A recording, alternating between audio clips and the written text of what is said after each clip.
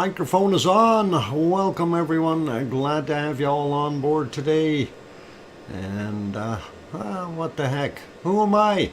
I'm DrFox2000, your host, and you're watching a VolcanoX live stream. And glad to have you all on board. Yay, it's Dr. Fox. Good to hear you. Thanks, King Colin. Oh, that's going to mess me up forever now. And thank you everyone for the welcomes. I do appreciate that. That is awesome. And Piggy going, yo, Dr. Fox, and hugs. And that's awesome too. And thanks BMAT and Hermione and Fluffy and Henry and everyone else. Kevin, I guess, as well as Casey and Johnny. All good. Anyway, welcome everyone. Glad to have you on board. It is May the 28th of 2023 here. And of course, I'm located in Edmonton, Alberta, Canada, center of the universe. Not that that matters much. Where you are is also center of the universe.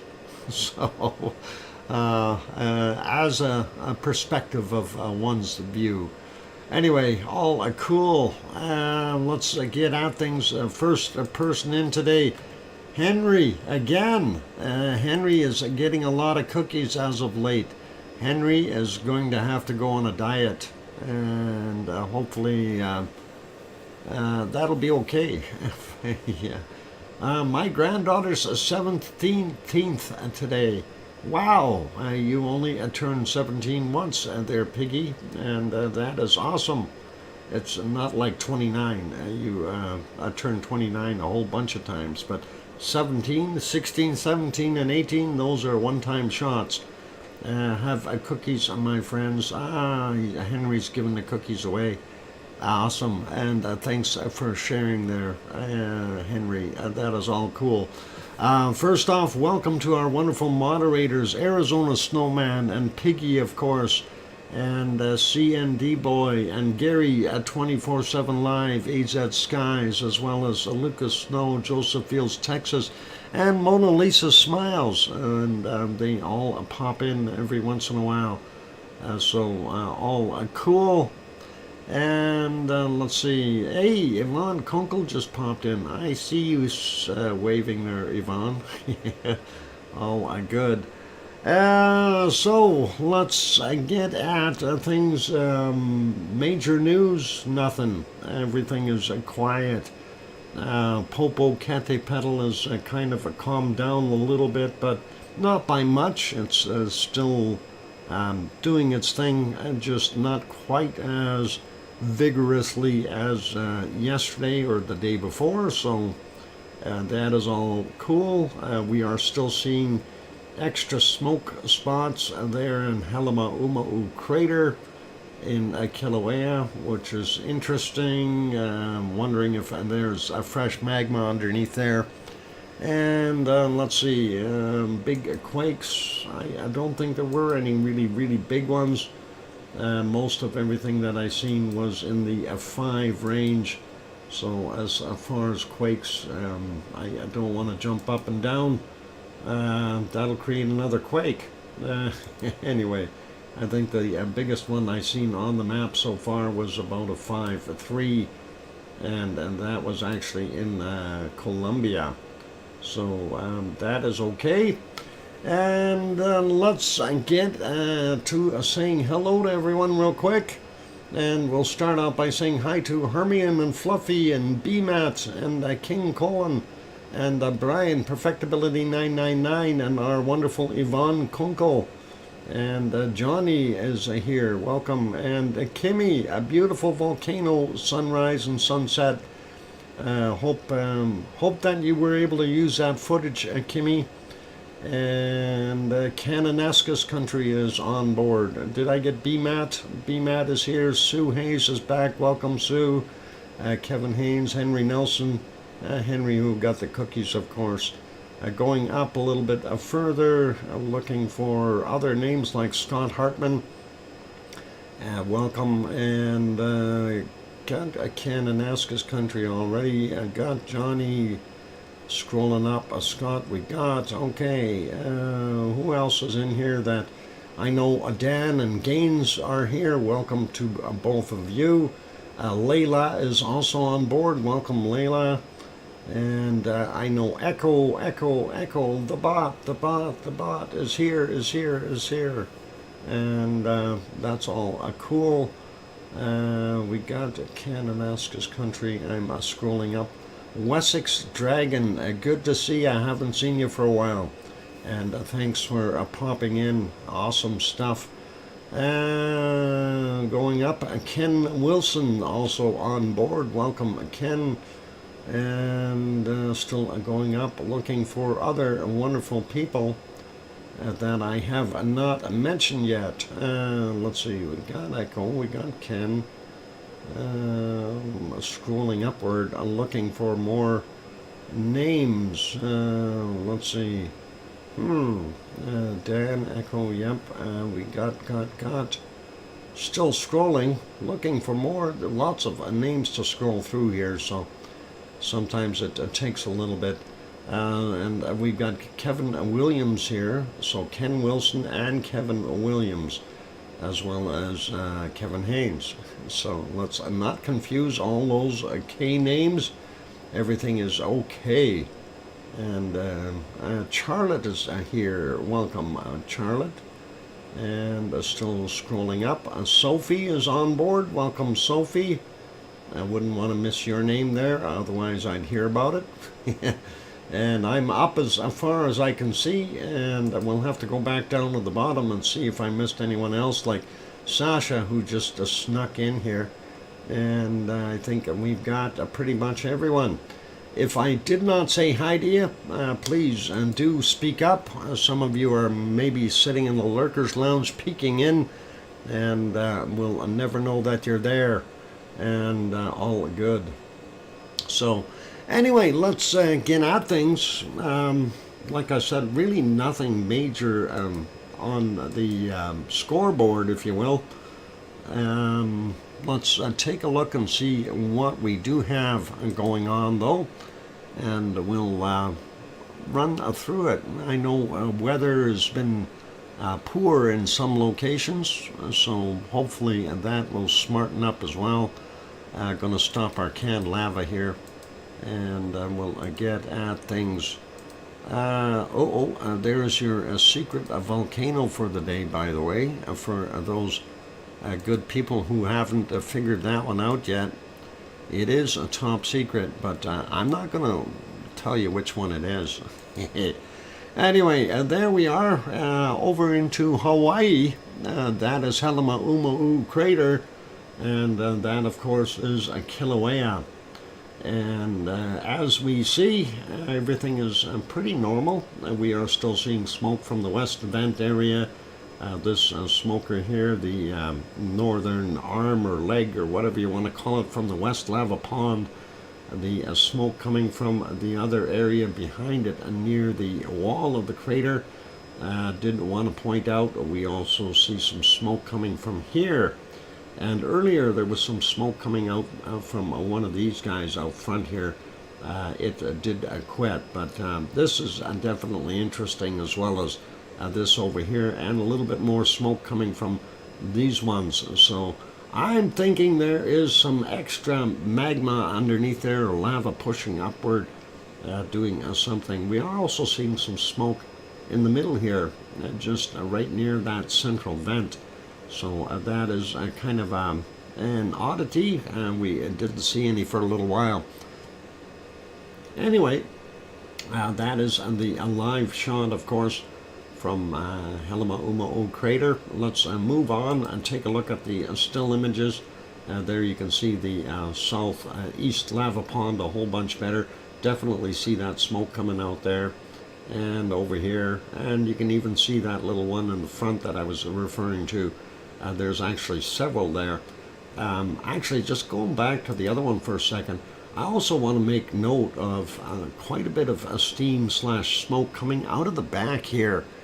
You can see those plumes moving upward. We haven't seen those for a little while, so something is up. and that would have to be caused by something.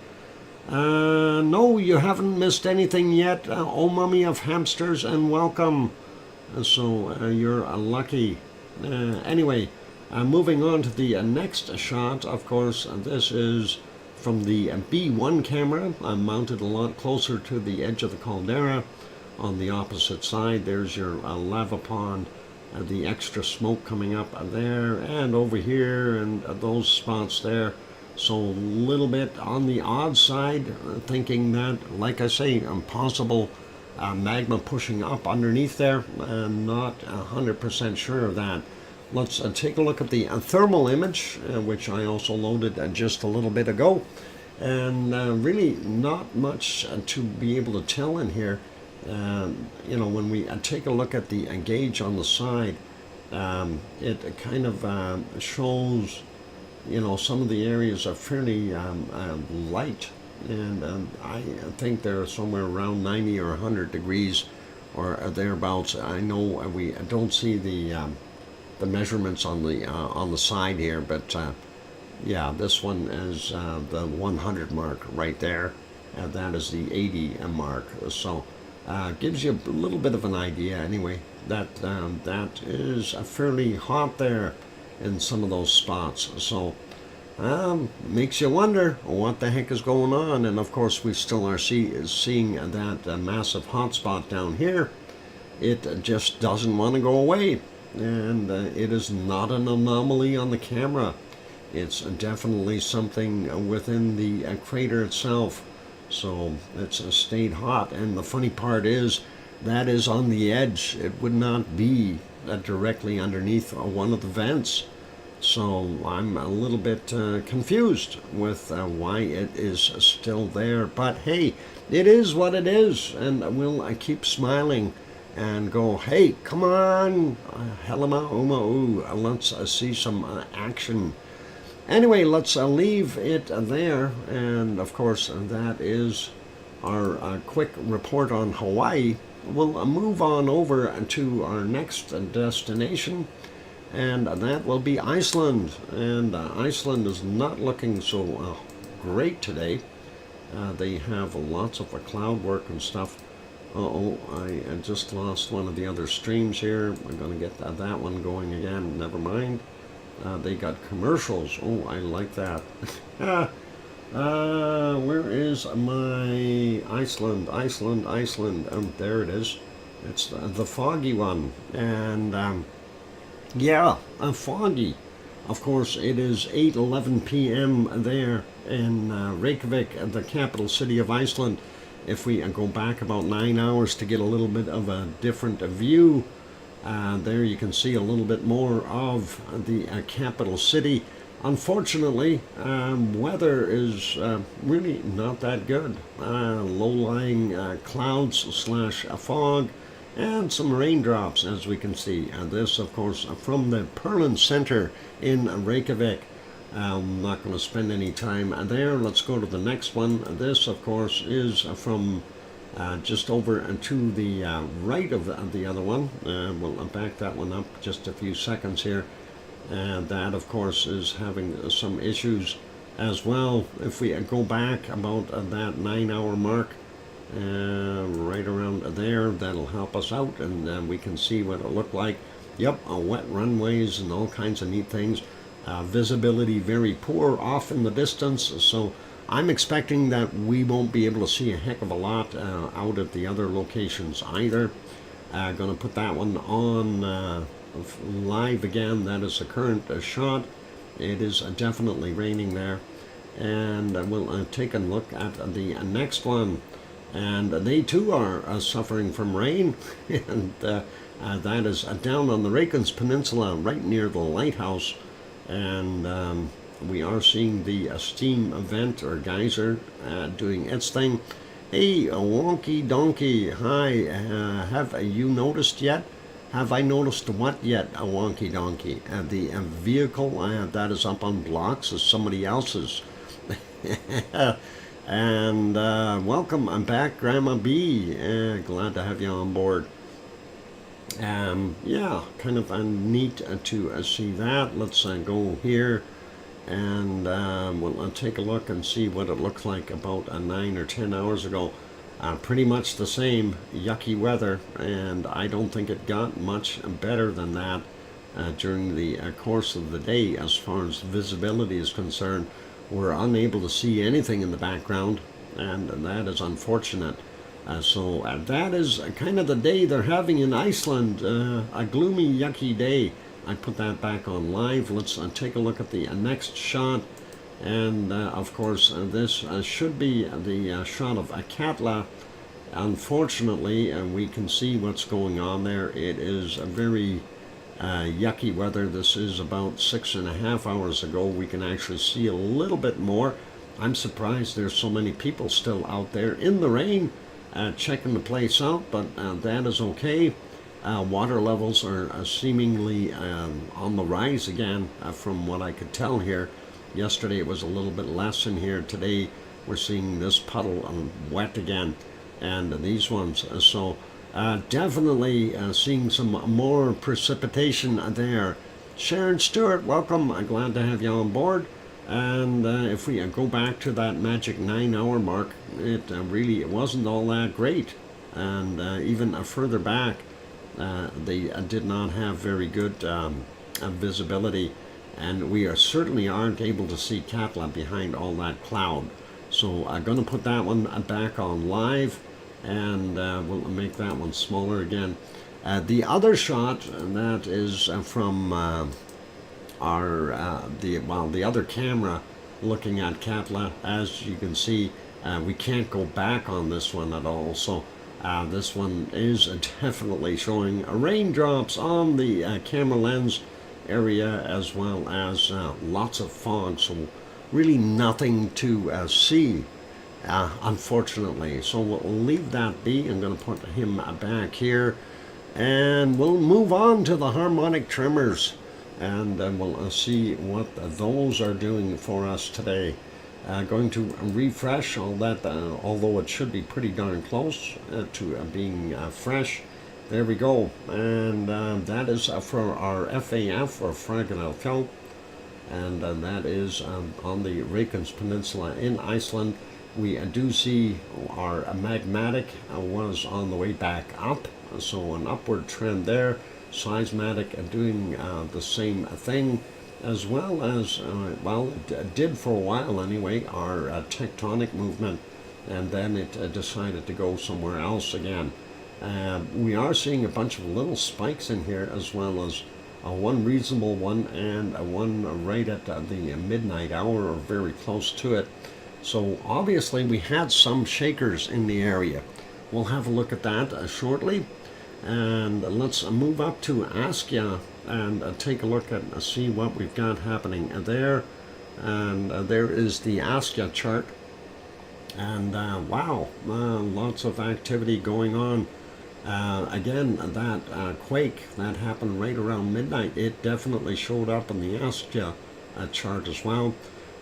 It's got some little more movement here, as far as I'm concerned, with the magmatic stuff on a downward trend slightly. Our seismatic was on an upward trend, also depicting a lot of movement. So unstable scenario there, as well as our tectonic moving up. Only a couple little quakes in there as far as spikes that we can see, but definitely an increase in what we had, kind of like the other day. So I don't know, something weird going on. Hopefully we will see something. Right, let's go down to our next one. We're going to have a look at the Grimsey, and that is our northernmost point in Iceland there. That is its own little island, and it is inhabited by some very good people. And there we can see from yesterday we took that dip in the magmatic frequencies, and it did rise a little, but dropped once again. Very similar action here with our seismic frequencies as well, kind of showing that same thing. And kind of steady as she goes, and then a downward drop in our tectonic movement. We do have some spikes in there, indicating some more quakes in the area. So we'll have a look at those. And looking at what we see at Grindavik, almost a carbon copy of what we see with our a wonderful shot from Eruption.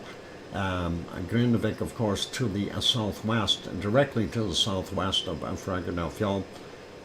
It did have a definite increase in magmatic as well as seismic activity, and holding a pretty steady, maybe a slight increase there with our tectonic movement, some spikes. So yeah, likely some quakes in that area as well.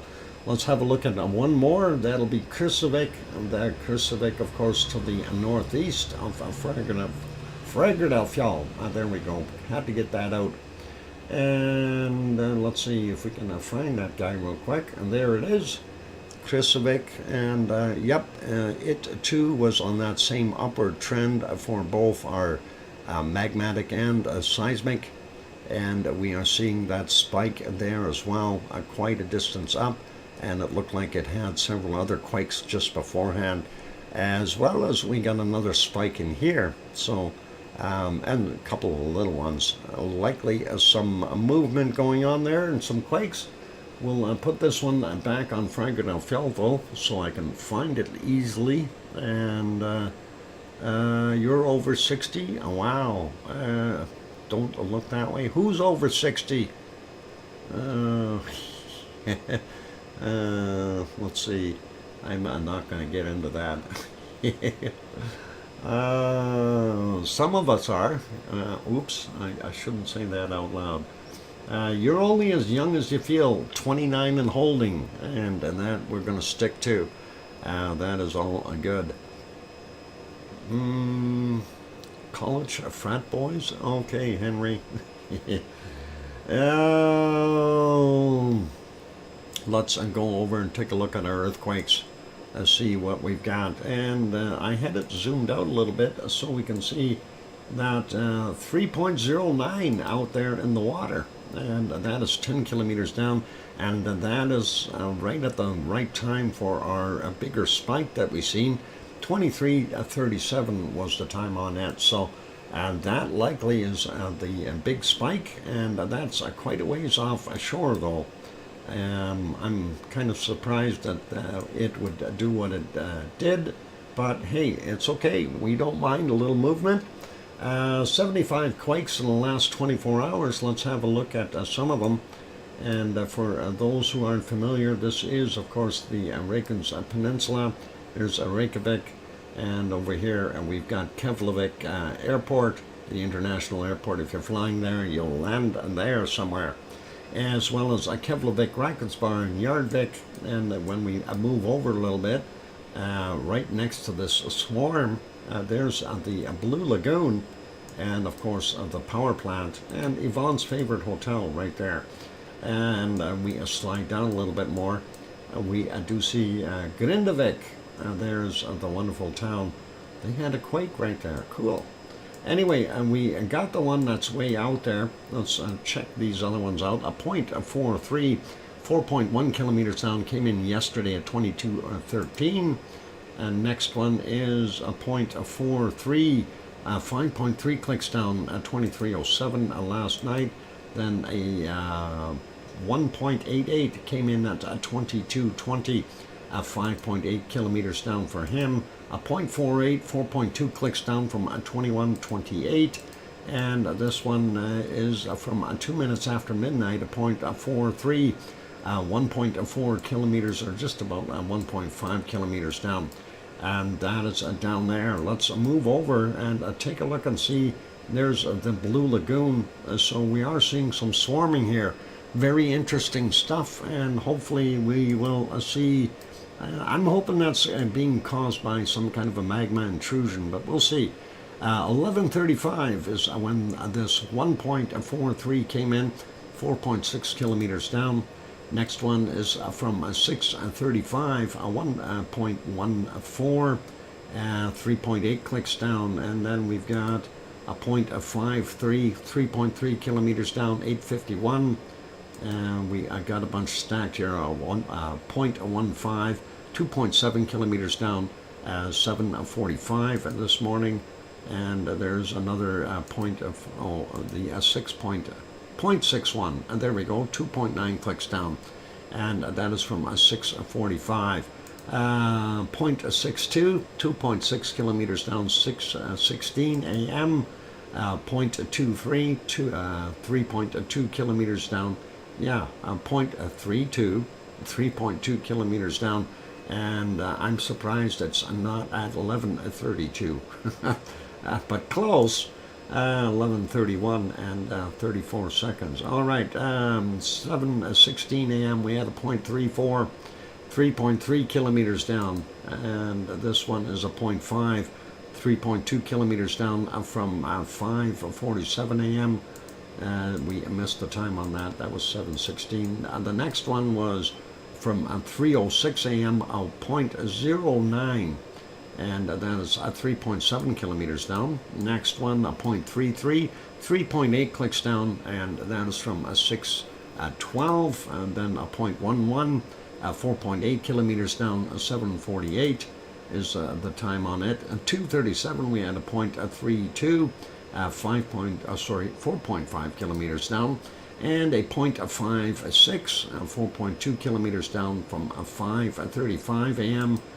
Moving over a little bit more, 0.18, 3.9 kilometers down from 8:19 a.m. and a 0.9 from 11:52. That is 6.1 kilometers down.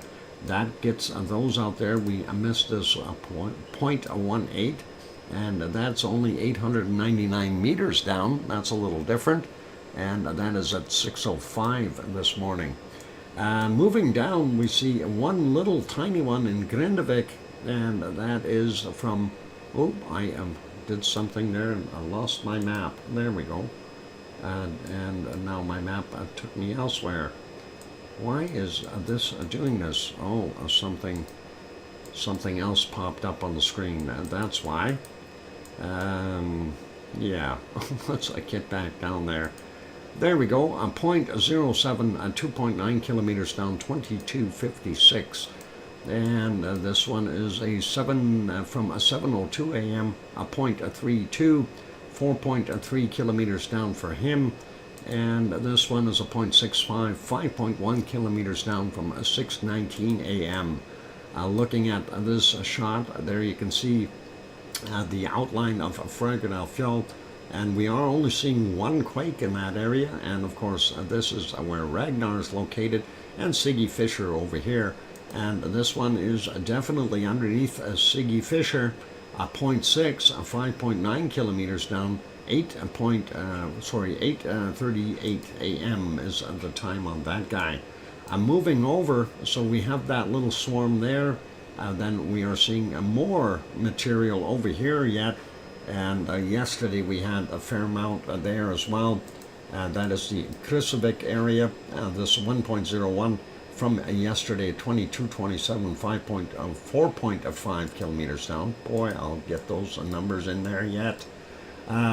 This one from 8:26 this morning, a 0.18, 2 kilometers down for him. And next one is a 1.43. 4.2 kilometers down, 22:29 was the time on it. The other one underneath it is a 0.39, 2.8 kilometers down from 22:29, 1.31, 5.1 kilometers down, 2040 yesterday as well. This one is from 12:52, a 0.63, 4.5 kilometers down.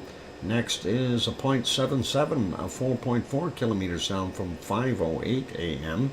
and a 0.54, 4.6 kilometers down, 2:21 is the time on that, and a 0.26, 4.5 kilometers down, 23:14, and a 0.3 from 4.2 clicks down, 5:36 for that guy. Did we get them all? I think we got them all.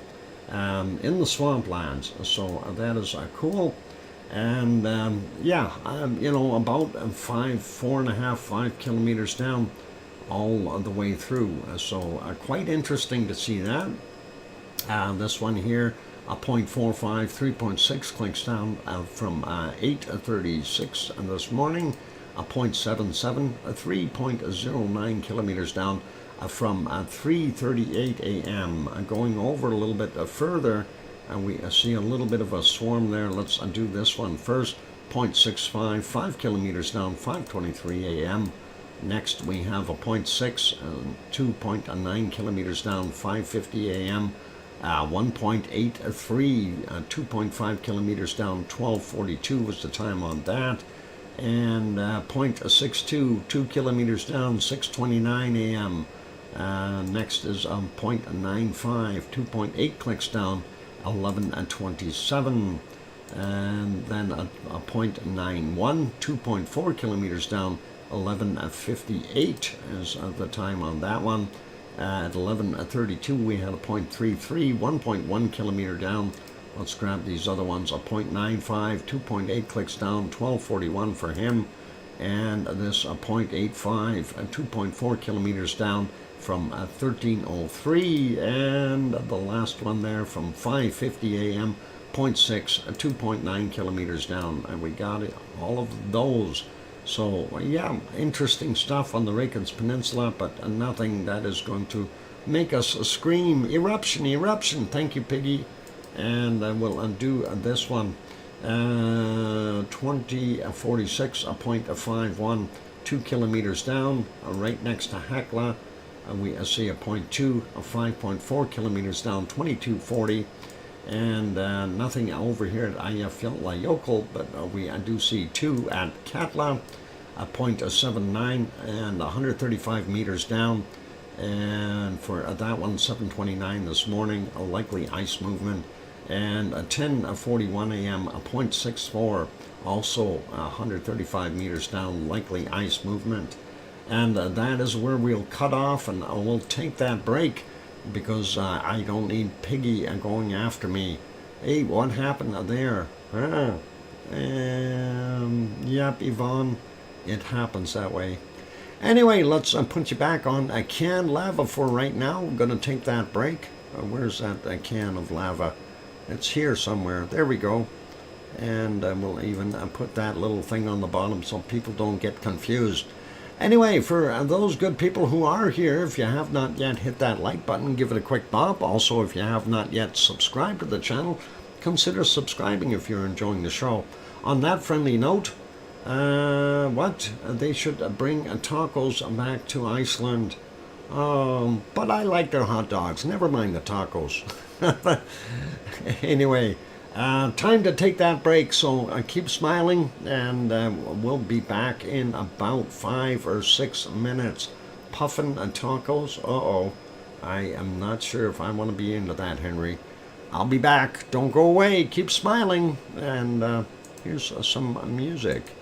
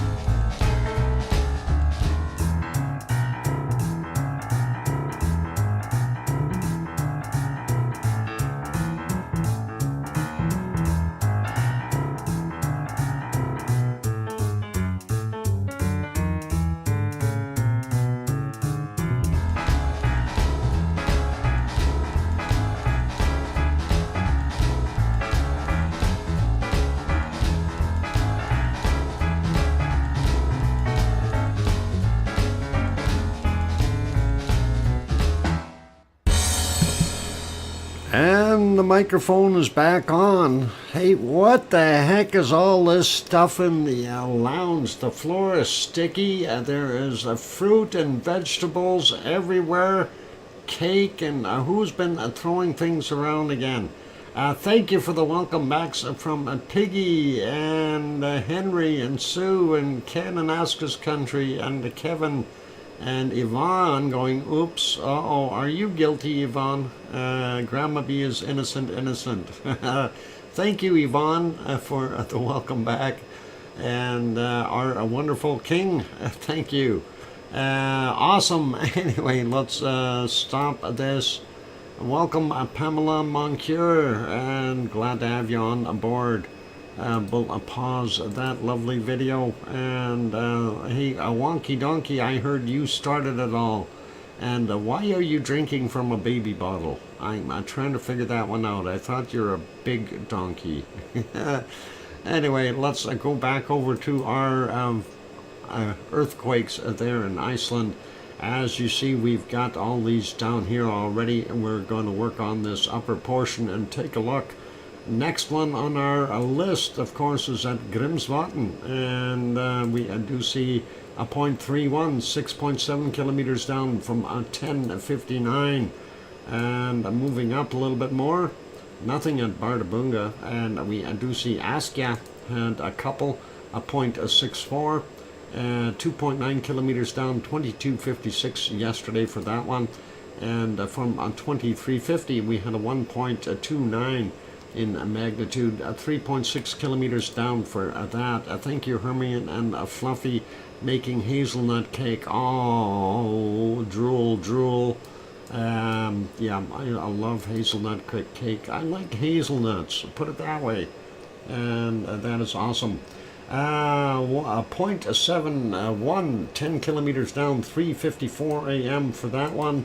This one over here, 0.86, also 10 kilometers down, 6:53 a.m. And let's zoom in just a little bit and break those up a little bit more. We get the bottom batch first. 2.2 from 9:44, and that is 10 kilometers down for him. Then we've got a 0.9, that's the latest one from 2031, 5.3 clicks down, 1.31, 10 kilometers down for him. Oop, I forgot the time, 8:36. Next one is a 1.3, 10 kilometers down, and 11:18 for him. And then we've got a 1.52, 10 kilometers down from 8:01. And there's one more underneath there. There it is, a 0.29, 1.29, sorry. 10 kilometers down from 8:04 this morning. And a 1.12, also 10 kilometers down, 15:36 for that guy. Let's get this other one out here. 1.76, 10 kilometers down, 20:56. And moving up into the other little batch, and we've got a 1.4, 5.3 kilometers down, and that is from 17:51 today. And the other one here is a 0, and that came in at 9:02, 5.2 kilometers down.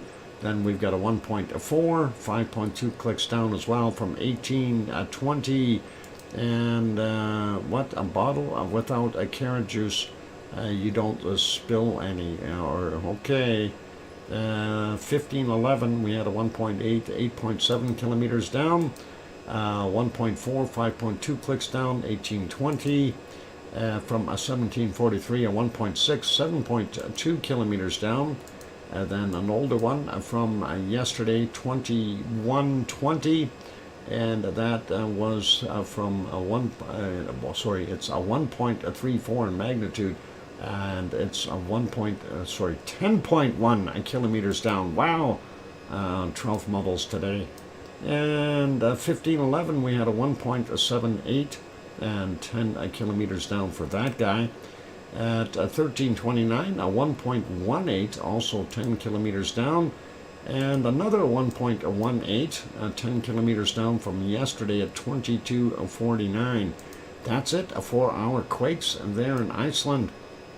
And other than this one being fairly far out, everything is pretty normal, not seeing anything that is going to throw us for a loop or make us think that we're going to see some kind of an eruption anytime soon.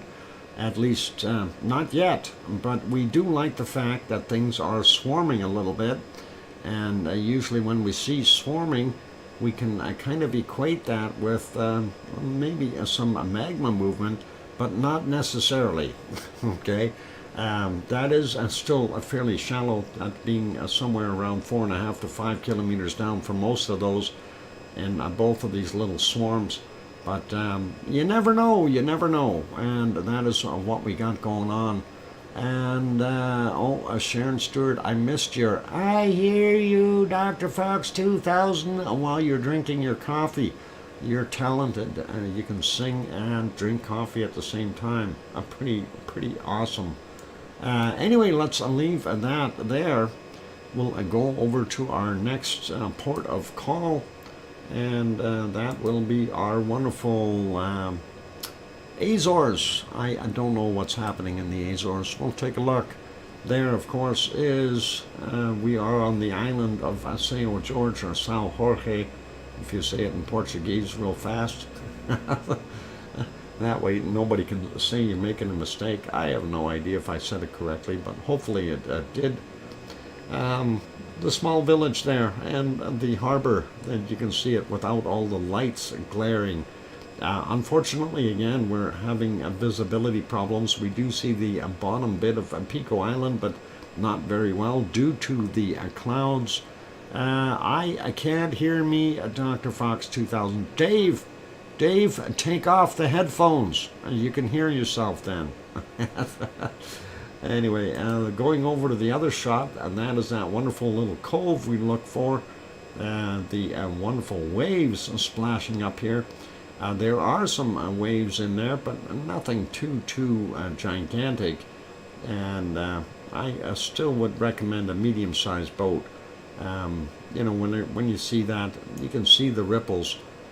You don't want to be too close, and that is breaking out here. So, you know, you've got some larger waves happening further out, and that is what we've got there. Let's take a look and see. Is there any new quakes? Yep, we have one new quake there. And that is on the island. Well, it's not on the island. It's a 1.8 from 10:33 this morning, or UTC. And you can see where it is. And not quite on the island of São Jorge, but close enough that they count it as a part of that. Interesting stuff. Let's go to the other map, see if there were any other ones. I'm going to have to refresh that, of course. And looks like we had a few quakes in the area. And more than anticipated. Did I refresh that? Let me do that again. And we'll see, double check here. Because they're showing that quake in a different location. 10 hours ago, yeah, 2.0, 1 kilometer down from 10:33, and that is right. Well, the other guys are showing it over here. I wonder what the heck is going on.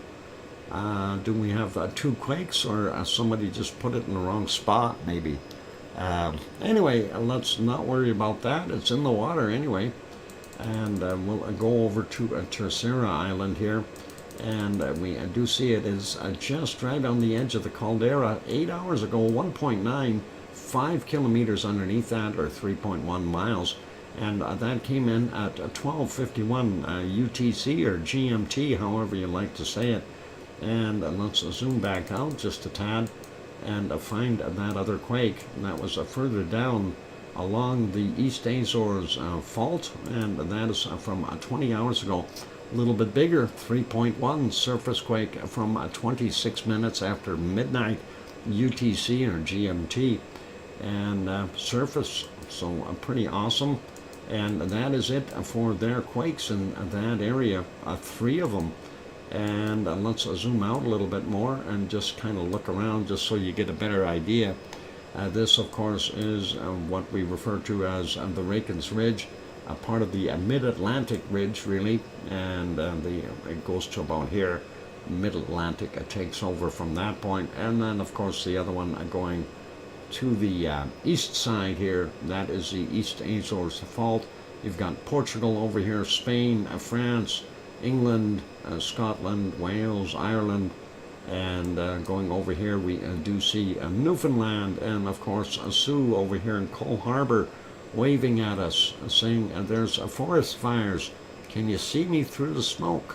And hopefully it's not too smoky there. And that is what we've got. So let's leave that guy be. I'm going to actually put it back on here and fix this up. And next port of call is over to Mexico. And we want to take a look at Popocatépetl. If I can find the darn thing. Where did it go? I have it here somewhere. Why am I not seeing it? No, not there, not there, not there. Oh, I know why. Because I'm not in the right spot. All right, so looking real quick, nice colors of Popocatépetl. We don't see a heck of a lot. Of course, if I even go back 2.5 hours ago, this is kind of the scene there. So not very nice weather there at all. Let's see if we can find there this shot. I'm going back just a little. You can definitely tell Popo is definitely putting out something. This is at 9:56 a.m. You can see that plume, and of course all the clouds in there. Going back a little bit further though, this is 6 hours ago. Definitely continuing its eruption and pluming up way into the sky. And then of course we had more weather in the way that we weren't able to discern what was going on up top. As we go back a little bit, here is the golden moment, if you will, and we do see a lenticular cloud had built up around the edges of Popocatépetl, which is really cool, as well as the sunlit plume up top here. And you can certainly see there is still quite a bit of output from the yeah, that is actually, it is kind of nice. I like that. Really lit up. I just wish that was lava lighting that up rather than sunlight. That would be pretty awesome. Anyway, prior to that, we do see this kind of thing. You can see that lenticular cloud still sitting there, and the plumes heading upward. If we go back into the nighttime, that is at 4:44 a.m. Definitely able to see the glow, so we know there is active lava in that caldera doing its things. 8-minute warning, DrFox2000, LOL, oink oink. Thank you, Piggy, for that wonderful super chat. And I duly note that 8-minute warning. Piggy, and I'm just going to write that super chat down. Thank you very kindly, Piggy. Appreciate that. And let's what else we want to look at? Well, you can see what it was doing. It wasn't too bad at that point in time. If we go back a little bit further, we can see it was still lit up very nicely at 4 a.m. You can see some lava being ejected just a little bit here and there, little spatters, but not seeing anything really wild or crazy going on, and no major eruptions and of course we had to deal with the clouds in between as well. This one at 3:29 or just about 3:30, and prior to that, again, it was hit and miss with what we were seeing there. 2:46. You can see the occasional spatter, but nothing really fantastic or wild happening. I'm hoping that caldera fills right up, and then we get to see some lava flow coming out of there. That's what I'm hoping for. I know that's not really nice for them, but hey, it is what it is. Good night, Yvonne Kunkel. Get some sleep, and you are very welcome, and rest well, and stay safe, and keep those ribs from hurting too much, and hopefully that'll all be good. Anyway, that is Popocatépetl. in a nutshell, and we'll put it back on live as we see it right now, or we don't see it. So that is what we've got for a shot. Some of the other views are really no different. Very, very difficult to see anything. Let's go take a look at Fuego. It too is suffering from a volcano gray, and it doesn't really matter where I try to view it. It really is not very visible. This one is 7:58 a.m. We do see a little bit of a plume come out of there. That cloud got kind of pushed up along with the plume, but that's about it. And let's see, if we go back a little bit more, we can see the tip of the volcano, and that, of course, Fuego being well, it's in Guatemala, of course, on the western side of Guatemala, and not too far away from Guatemala City, and that is what we've got going on there. I'm hoping this guy builds back up in strength. Ever since it's a major eruption there, it's been pretty quiet, but it is still doing its thing. Hey, the king renewed his membership. Got some gold out of the treasury, did you? That's awesome, and thank you kindly for doing that. And let's continue on here. And we'll go back a little bit further, and I know visibility is just horrible. There you can see at 5:10 a.m. it was puffing a little bit more, but again, nothing like what it used to. As you notice, most of this is not that really darkened, ashy material that we've seen before. It seems to be more gaseous, and that is kind of what we got there. Prior to that, no good views. I'm going to put that back on live, make that one smaller. We'll go over to the next one. Hopefully we've got a picture, and no picture. Messiah Volcano refused to give me a picture today, so let's leave that guy be. We'll go over to our Chilean ones a little further south, and we did get these ones just before the show, so we'll show that. That is Lascar, and Lascar is doing its thing. Not seeing that much pluming out. We do see some off-gassing up here, but nothing really crazy, so pretty easy that way. And nice sky up there for a change. No clouds, all blue. I gotta like it. It looks pretty awesome. Let's leave that guy. We'll go to the next shot, and that's Laguna del Mole, and of course you can see the amount of snow that's sitting there. No evidence of any kind of eruption there or nothing pluming up as far as what we can tell, and we'll leave that guy be. We'll move on and go to our next one, and that is our slightly out of focus Villarrica, and it is still off-gassing. As we can see, it is completely snow covered, so with the exception of over here, we see a little bit of the darker gray. That would be some rocks sticking out, but the rest is all snow covered, so it'd be chilly up there, and that is in Chile, of course. So Chile and Chile, and that is pretty awesome. Let's leave that there, and that is our stuff for there so far. Next, I want to make sure I reduce these in size again. I did that one. The other ones are good. Oh, I just killed one of them. Darn it! That happens. We'll see if we can fix that later.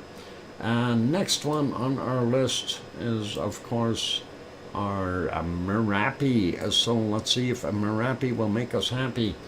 We are seeing quite a bit of output there. Unfortunately, they've left the big camera off. We do see the bacon flow on that shot, and hopefully they will have that fixed if we go back a little bit in time. I don't know why they would want to show the side of the volcano rather than the business end on their big screen, but hey, I'm not the one that makes that decision. So that is at 3:59 a.m. their time, if we go back a little bit, we do see more bacon and lava coming out and flowing down the hill. And of course, you can see it in the black and white cam, or as we call it, the IR cam for a nighttime viewing. Pretty awesome. It is break time, you guys. So what we're going to do is, and we'll leave that on right there. We'll come back to this after the break. Going to put you back on the canned lava for right now. And yeah, actually, well, I'm going to pause that other one and make it smaller. After the break, of course, we are going to have bacon seeds.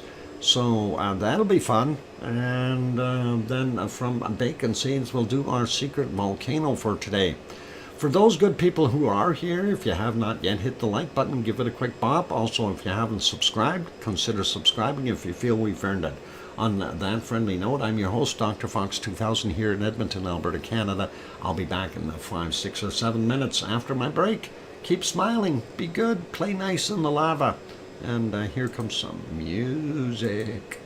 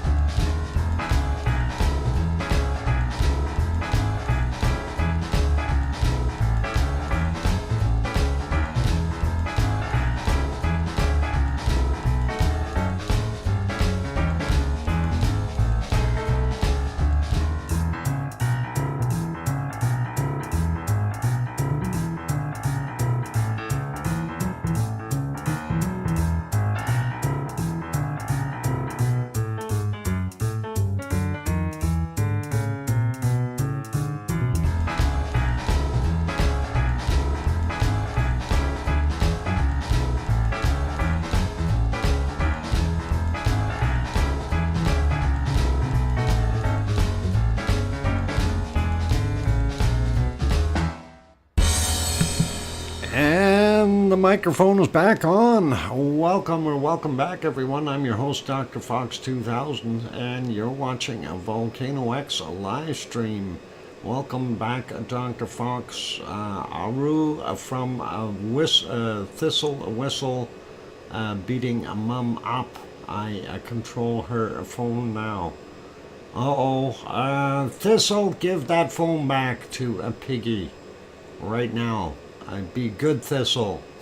And thank you for the welcome backs from John Raper, and welcome, as well as welcome to Alba Girl and BMAT. And thanks for the welcome backs, and thanks Kevin and Kananaska's Country.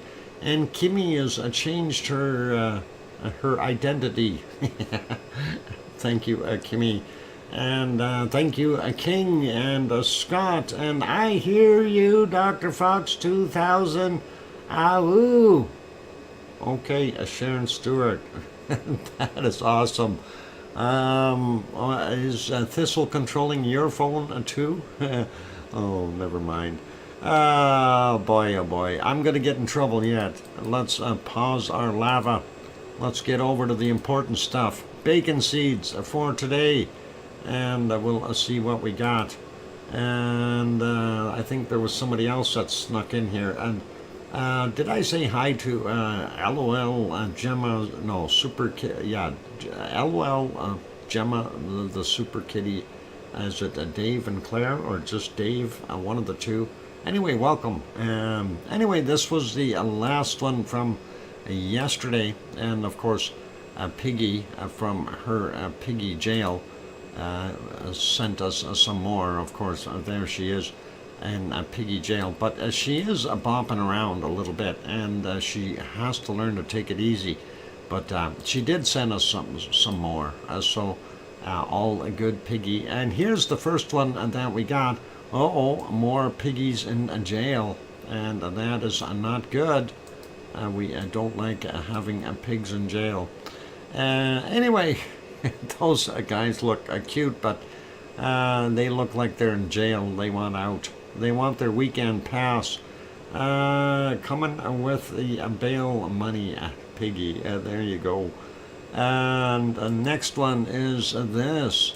And we've got an assortment here. And these are friendly-looking little snouts.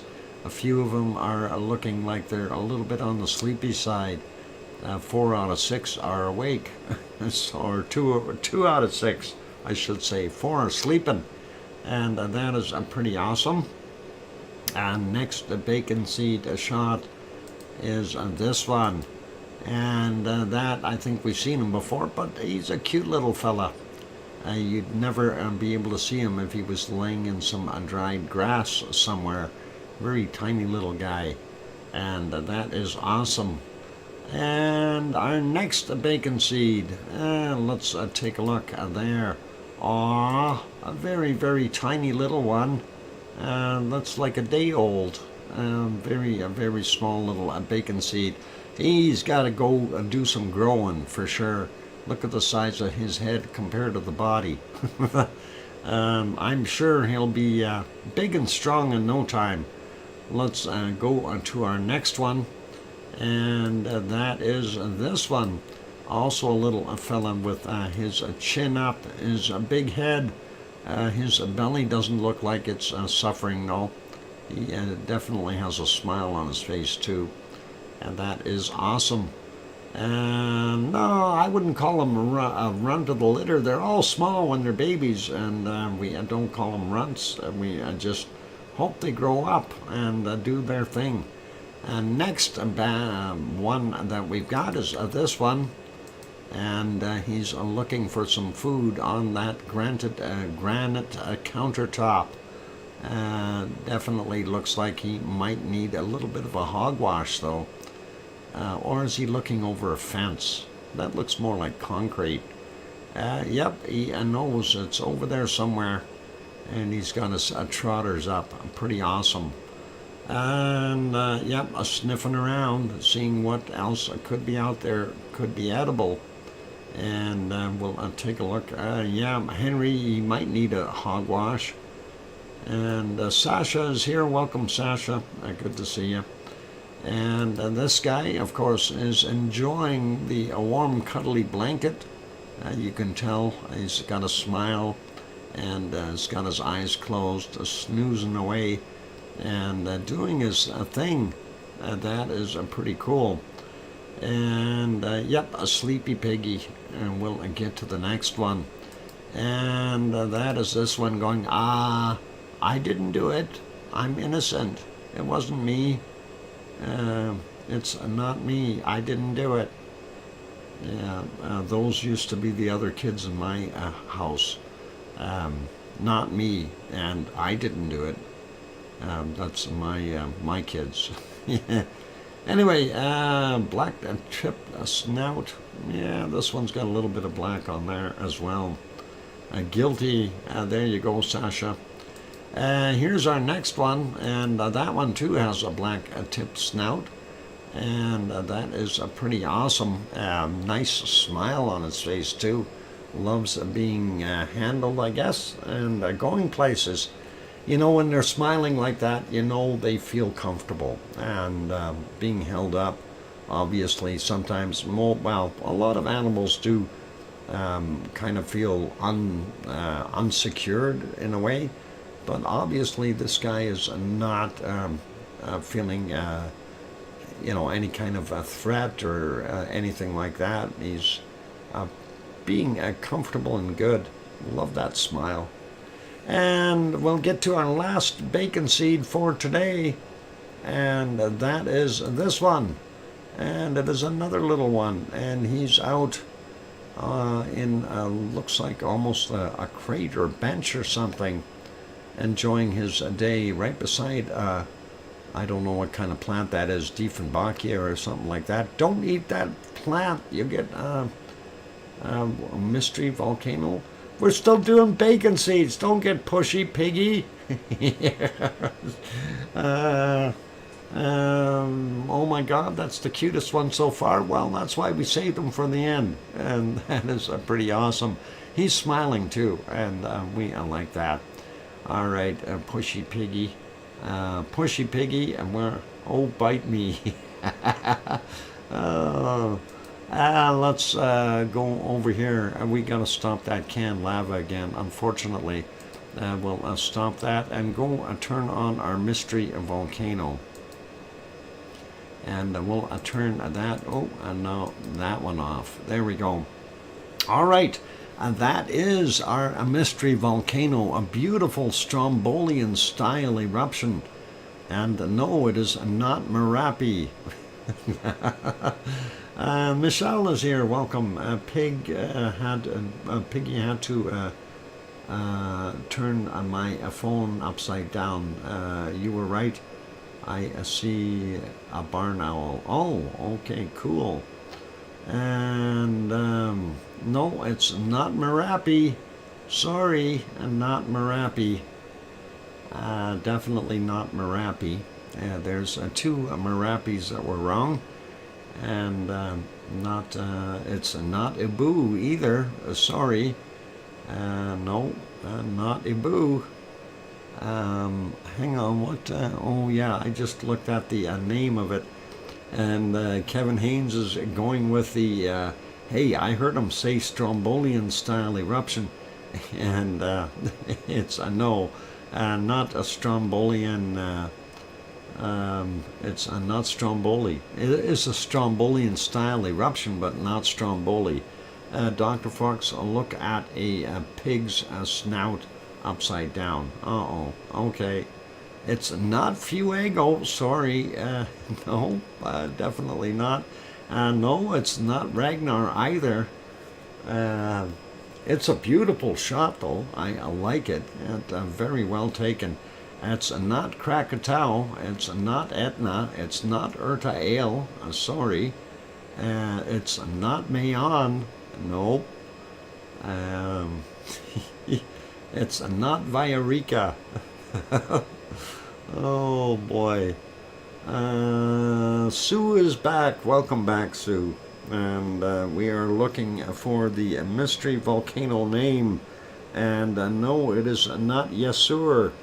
and Nancy Buchanan. Congratulations, Nancy. You have got the cookies today. And that is a Popocatépetl, believe it or not. And Nancy gets the cookies. Way to go, Nancy.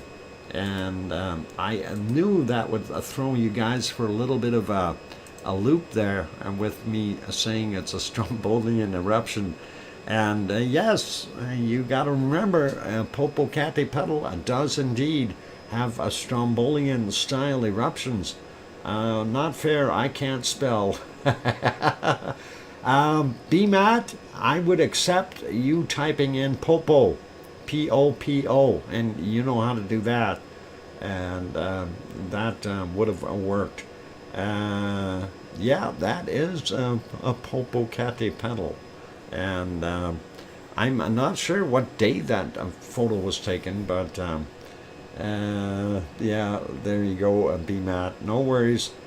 It's cool though. I like it. It was a very, very nice shot. I'm not sure when they took it, but it is a very nice photo. And always gotta love that when you see the, you know, the longer exposure. And these, of course, they take the this exposure probably been 3 or 5 seconds or something like that, and you see the stringers from the tephra that's being tossed out. So all cool. Anyway, let's leave that be, and we will actually go put it back on here. I'm going to pause that though, and we'll go back over to Merapi and finish viewing what's happening at Merapi. And of course, we did go back a little bit, and we weren't seeing too much more there as far as output. And again, I'm showing all the cameras because they have the main one here. I don't know why they would make it smaller and look at the side view where you can't see anything, but it is what it is. We'll move that backwards in time a little bit. There were some other ones that were fairly prominent. So let's have a look at this one. And this is, again, you can see up in the top one here in the IR mode, quite a bit of a lava coming down. You can see that lava flowing down the hill.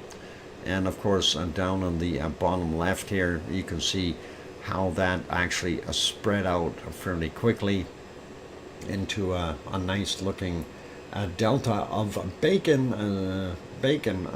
What? Are you, what?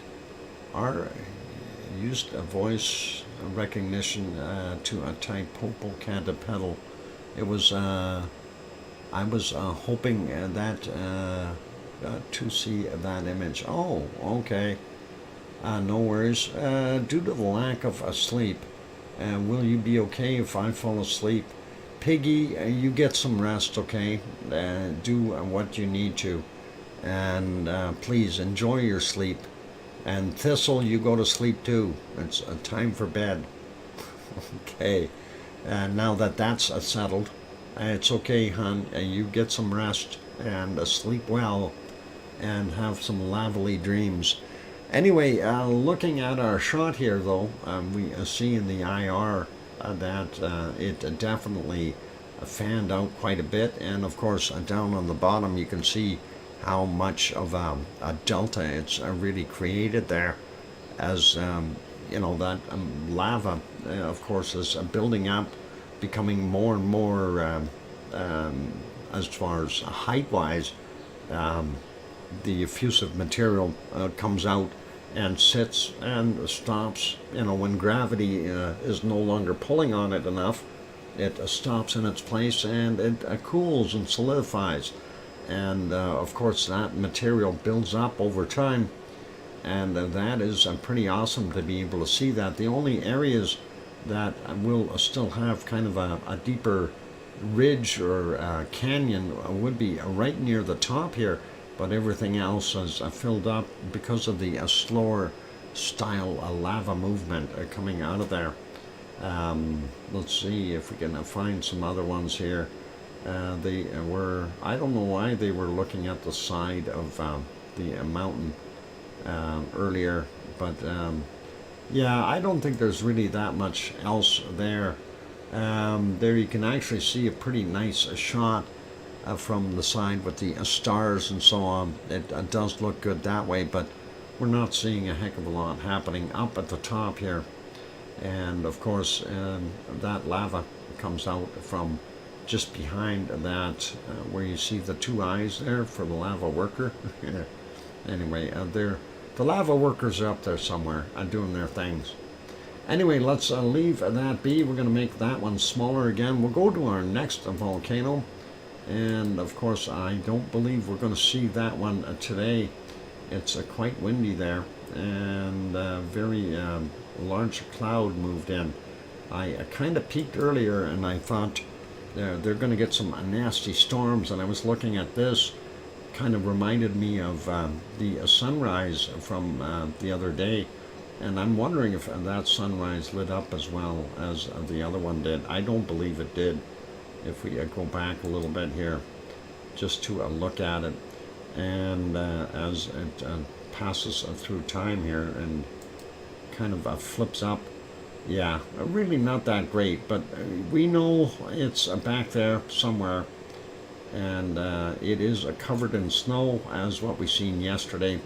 There you can see most of the volcano, still a little bit of haze, or as we call it, ice fog, sitting on top of the volcano as the sun comes up, and some nasty clouds.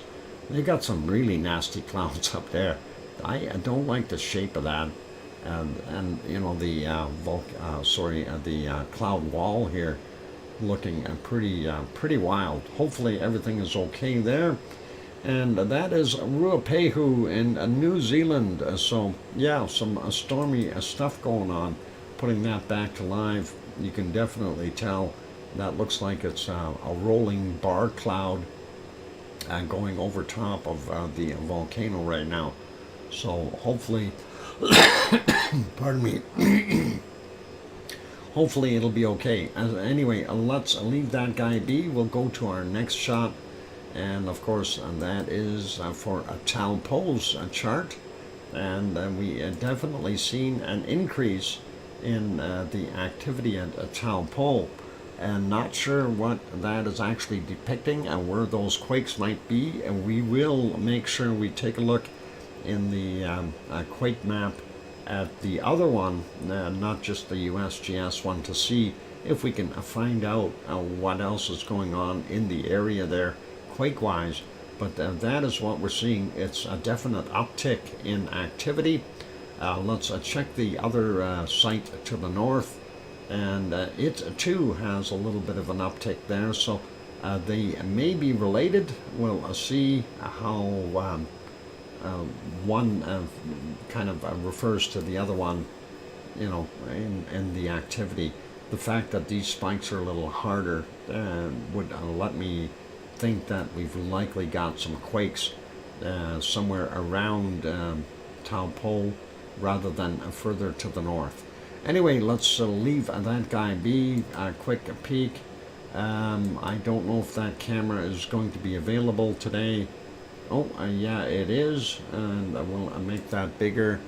And unfortunately, not a good visibility at all. You can see it is storming, and the lake is hard to see.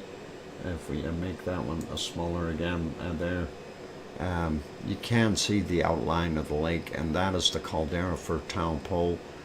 Normally you'd be able to see way across the lake, but today is very rainy. Wet fleas, no fleas, they're all gone. And we didn't see a flea market yesterday, and that was very disappointing. And hopefully we'll see one next Saturday, and we'll keep our fingers crossed. Anyway, let's make that one smaller again. We'll carry on to our next volcano, and that will be, oh, where is that? It's here somewhere. I know it's here. It's called a Semiru, and we'll take a look and see. Oh, nice shot of a Semiru. And yeah, not much going on there. They're kind of stuck with some harsh weather as well.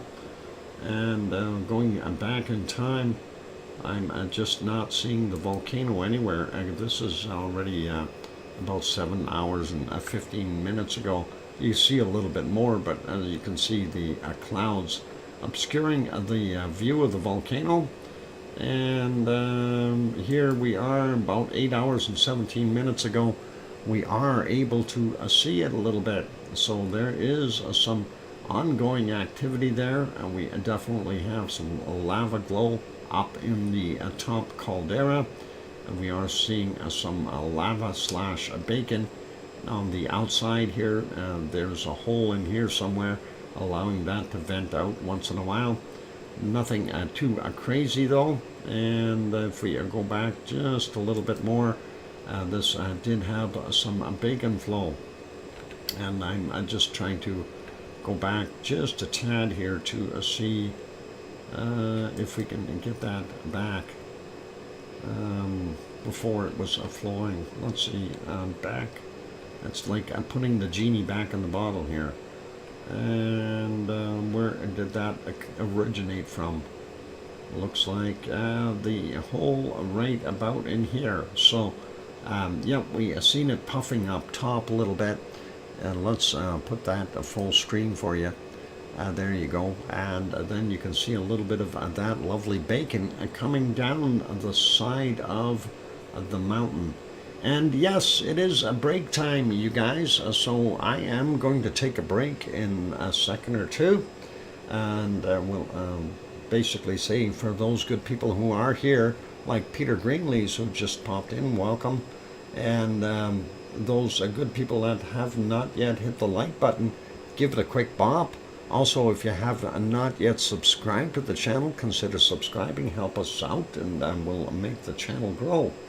Anyway, that is the happenings at Semiru today, and that was actually their time yesterday in 1912, and that is in the future for us because they are over the international dateline from here.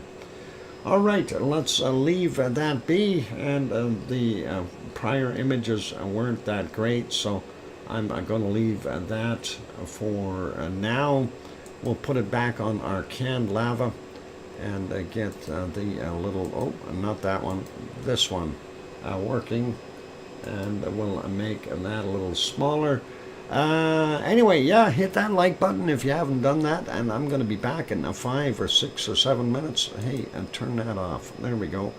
And don't go away, more to come. I will have Japan after this, and some volcano report stuff.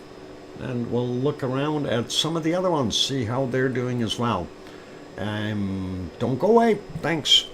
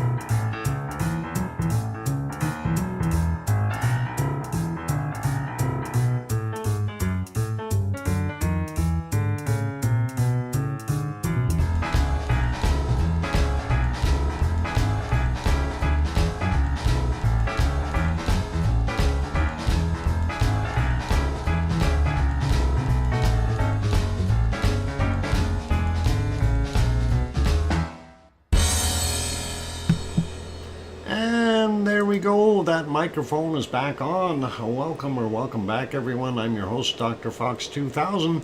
You're watching a VolcanoX live stream on our wonderful Sunday edition, I guess, and that is awesome. Thank you for the welcome backs from Sue and Henry and John and 5x5 from BMAT, and thanks Cananesca's Country and Kevin and Nancy as well.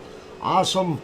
And I'm sure that we'll see the I hear you, Dr. Fox 2000, woo, from Sharon Stewart in a second. I'm kidding. She's probably getting a coffee or tacos, one of the two. Well, let's see. Thanks, Dave, for that as well.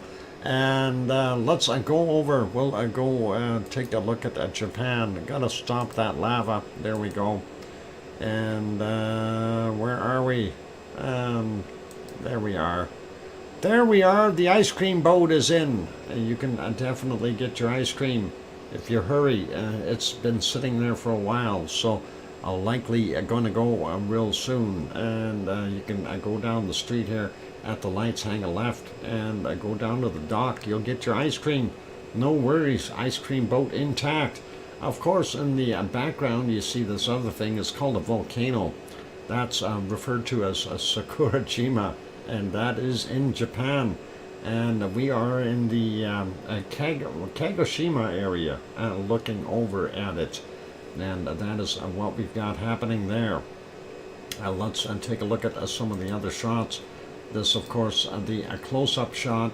You can see that they've got some cloud on top of it. We hate clouds, but nothing we can do about it, unfortunately. It is very early in the morning there because we're starting early with the stream. So that is what we're seeing right now. Going back just a little bit further, we see that cloud was sitting a little bit lower. And moving back another, let's see, hour or two into the wee hours. This is 4:50 a.m. Sun was just coming up, and yeah, we can see definitely a lot of cloud hanging around, so visibility not very good for the volcano. If we go back a little ways during the night, we do see a little bit of a glow right in here, and that was evident yesterday as well. A nice view of the stars above and so on, so pretty good that way. Even if we go back about an hour, we were still able to see that glow, and definitely some lava in there. Run, yeah, run, Alba girl, run, get that ice cream, and that should be okay. It does look like it was erupting or have some darker cloud material here, so it's hard to tell what it really was doing. If we go even further back, that'll get us back to 11 p.m. Definitely see some lava and the glow of lava anyway, as you can see right there, that wonderful reddish tinge to the exhaust smoke. So that is what we've got happening there. If we go back a little bit further, we can see again fairly clear skies, the small plume continuing, even some spaceships or aircraft out in the distance there moving along, and that definitely glow, even in this shot with it being a little bit more lit, is definitely showing up, and that was at 10:36. And prior to that, I don't know if we could see it. Yeah, too much other ambient light in the area, so hard to tell if there was anything there. That's right at what is it, 2200 or just before that. That's a kind of too much light already.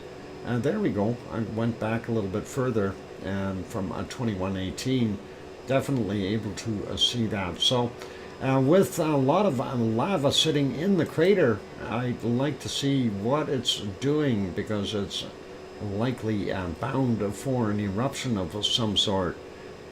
Whenever you see that, it's usually a good indicator. Anyway, that's what it's like there right now, and we can leave that be. If we take a look at the close-up cam, very hard to just distinguish what's going on there because of the low cloud and poor visibility. So we'll leave that camera out for today, and that one I'm going to make smaller as well. We'll carry on to the next one.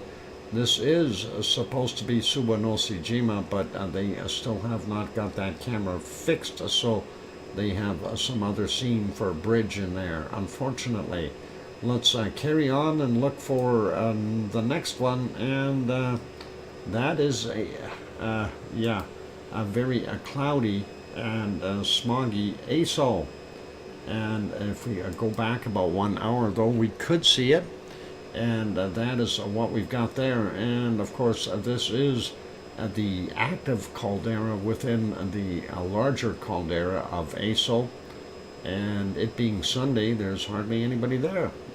We do see it steaming and smoking, and of course it's putting out a fair shot of SO2 while it is doing that. So nice view there from earlier, and we'll get back just a little bit earlier there to just right around that sunrise mark, and yep, you can definitely see it is doing its thing. Nice and green, I do agree. And then of course they had some cloud movement in between there, and hard to see some stuff. But yeah, beautiful green grasses, and of course them having burnt the entire area there with that controlled burn. That looks pretty good. And we'll leave ASO be. Let's go over to our next one. I'm going to put that back on live though. There we go. It looks like it is actually starting to clear again. Maybe. We'll see. And this one is having the same difficulty. That is Asama, and Asama is about 100 kilometers to the west of our wonderful Tokyo. And if we go back about 5 hours, we could see it in the darkness of the night, and you can definitely tell there's some off-gassing and pluming happening there. So it is still being more active than it was previously, and I don't know if that's any kind of an indicator that it may do something in the future, but you never know. That is a little bit more of that beautiful off-gassing, and that is 20 minutes after midnight for that shot right there. We'll leave that guy be. Really not much more we can do with that, and make that smaller again. And let's maybe we'll go over here, and I just got to get onto that page so we can get it working.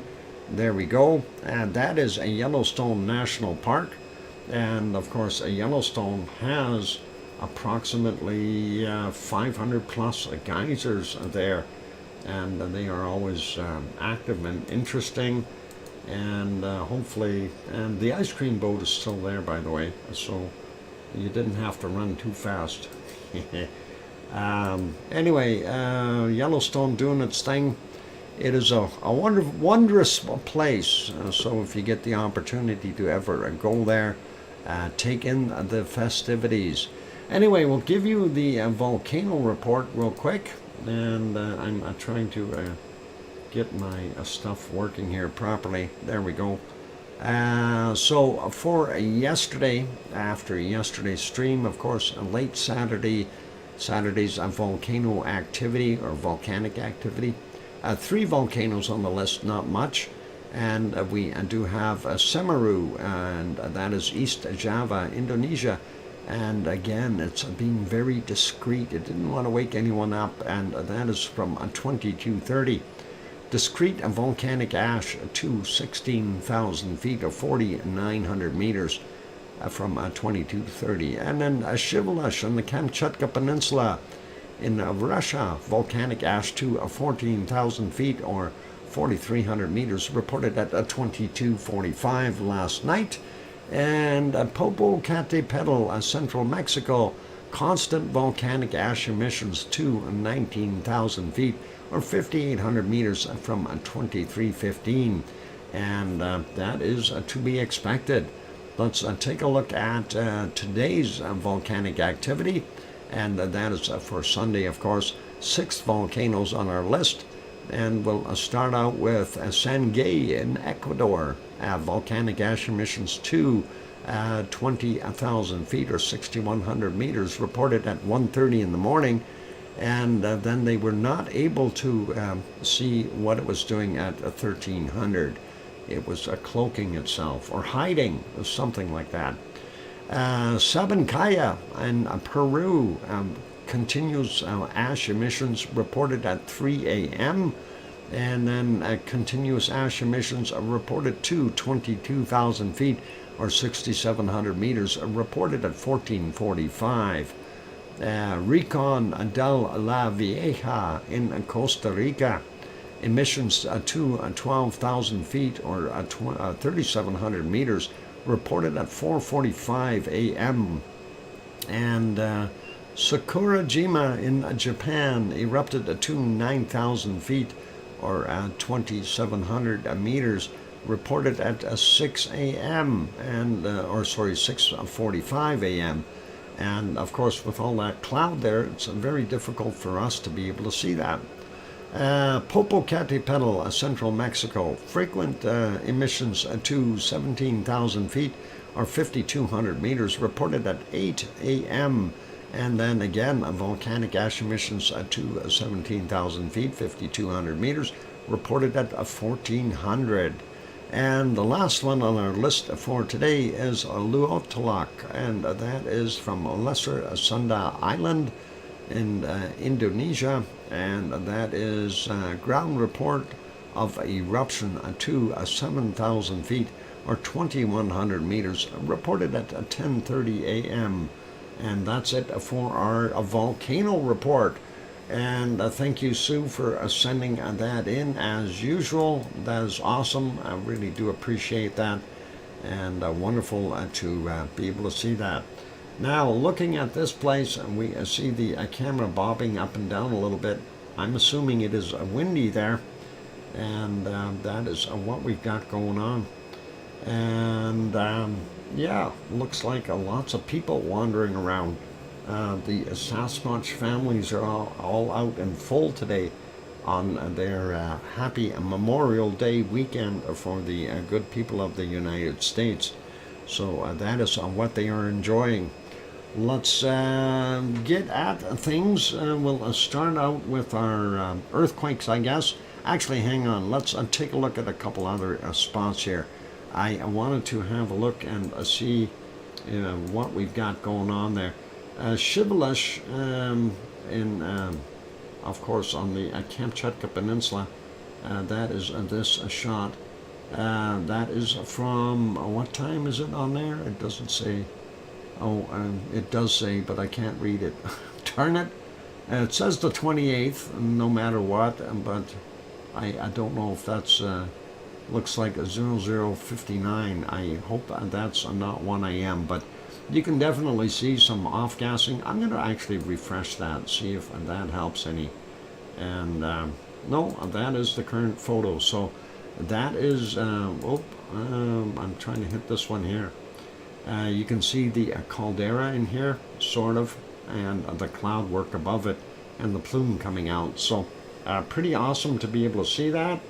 Let's make that one smaller. We'll go over to the last one, medium-sized photo first, or a second, I guess. Very hard to see or discern what's going on.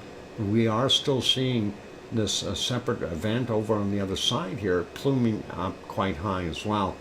So we've got 2 areas of shibboleth that are erupting. And this one is the very distant shot. And it's definitely hard to tell what's going on there because the visibility is not the greatest.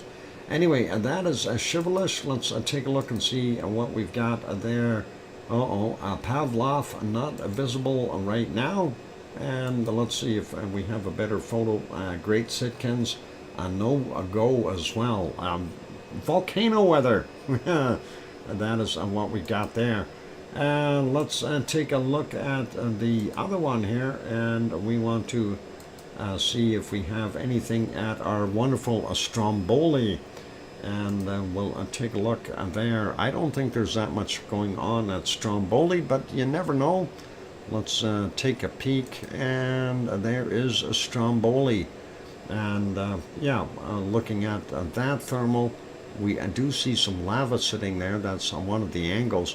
And looking at the other thermal, we do see some cloud emission coming from there, slightly different angle. And again, from the primary view up in this area, you can see that same smoke that's billowing up and out. Unfortunately, I haven't seen anything popping out of there yet.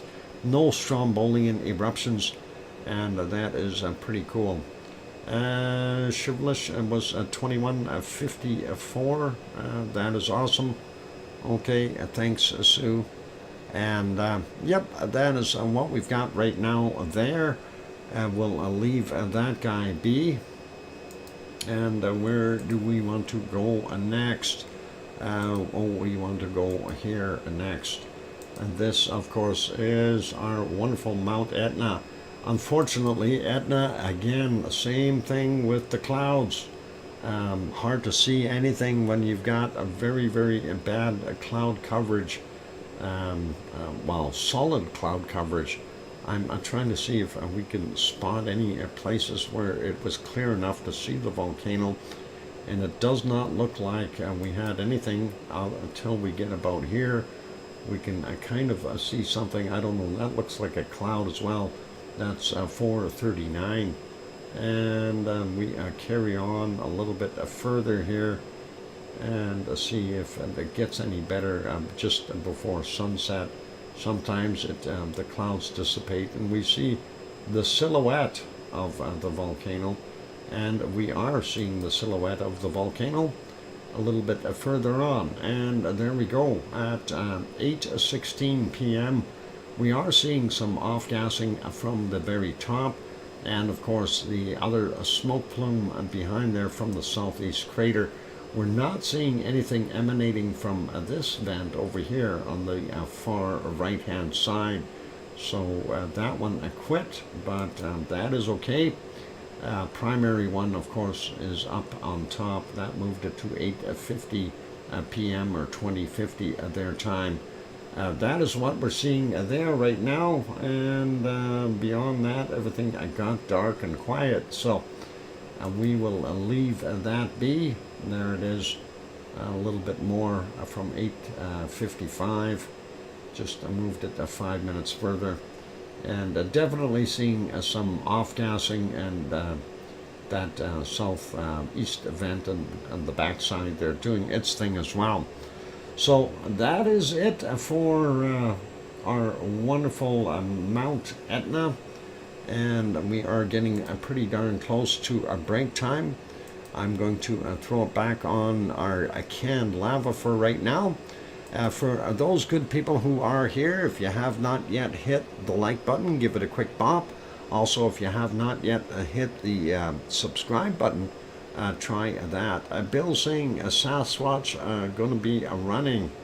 Well, sometimes they run, Bill. Sometimes they just walk very calmly, and take your picnic basket and anything else that tastes good, your beer and whatever else, and they just walk off with it. I mean, what are you going to do? You're going to argue with them? I don't think that would go over too well. Yeah. Anyway, on that friendly note, like I said, hit that like button if you haven't done that yet, and if you haven't subscribed to the channel, consider subscribing as well. On that brings us to our break. So we'll be back after the break with our SO2 map, and then we'll see what is happening. Yeah, that should be good. So don't go away. More to come after the break. And keep smiling and play nice in the lava. I'm your host, DrFox2000, here in Edmonton, Alberta, Canada. I'll be back.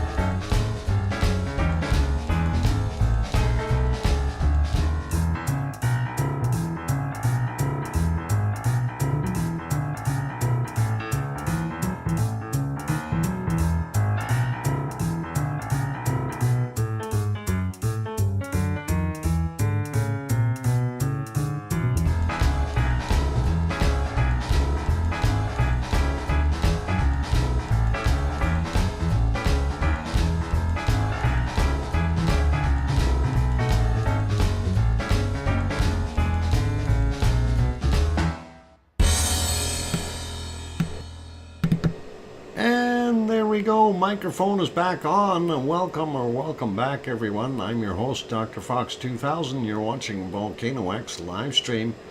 For those who are wondering, that is Mauna Loa from December 4th of last year on the screen. Thank you for the welcome backs from Sue, and I hear you, DrFox2000. Awu. Oh, hang on, she didn't put the awu. And thanks, KC, and 5x5 from BMAT, awesome. And Kevin Haynes, thank you. Sophie, thank you. And there's the awu. And thank you, and John as well. Love that Mauna Loa lava. And yeah, it is. I like the way it shoots up and just kind of hangs in the air as it goes up. So pretty cool, pretty awesome. But it is a time to put that lava on pause. So we'll leave those little tidbits hanging way up in the sky, and that is all good. Let's go over to our SO2 map for today and see what we've got cooking or not cooking. Anyway, I'm taking a look at, well, we'll start out with the Kamchatka Peninsula, since that is a place we love to go. And we do see some activity there, and we do see a little bit of a heavier plume. A little unsure exactly where that one would be from. The top, of course, would be from Shivelish, and then as we go down, we've got Bezimiani, and then from there, Klayushevskoy, and this may be from that, or it might be from Karimsky down on the bottom here, but there are other volcanoes there as well that could be part and parcel to all this wonderful SO2, but not that heavy from what we see, and that is okay. Leaving that be, taking a look at northern Canada and the Alaskan area, not too bad. We do see some of these spots here. Those are fires, and that is what we've got going on. We weren't seeing too much in Alberta as far as smoke or anything, but we do see here in Saskatchewan that fire has gotten going again. That rain only put a dampener on it for a little while, and it reignited from what I heard. So they are still getting some SO2 from that fire as well. Alberta pretty normal, and looking at the rest of the areas here, going through Manitoba into Ontario, and then Quebec and Eastern Canada, everything is pretty decent, with the exception of down here around the Great Lakes, and of course lots of industry happening in those areas, so that's what we're seeing. Western U.S. looking pretty darn good, all the way down to top end of Mexico. The eastern half not quite as nice, but you know, we do have a heavier population area in those areas, so that's what we see. You can see this rotation here. I'm thinking that storm did come inland and is now doing its thing way in here and helping cleaning some of that air up for the Carolinas and Virginia and even in Tennessee. So that is what we're seeing there. Sliding down a bit more, this mass from Popocatépetl, and we can see it's still lingering. They haven't had any decent rain out here in the ocean. They had rain in the interior here, so hopefully it'll help.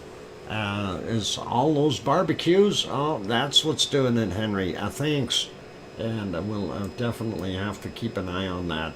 Anyway, this would be from Popocatépetl as well as Mexico City for this area over here.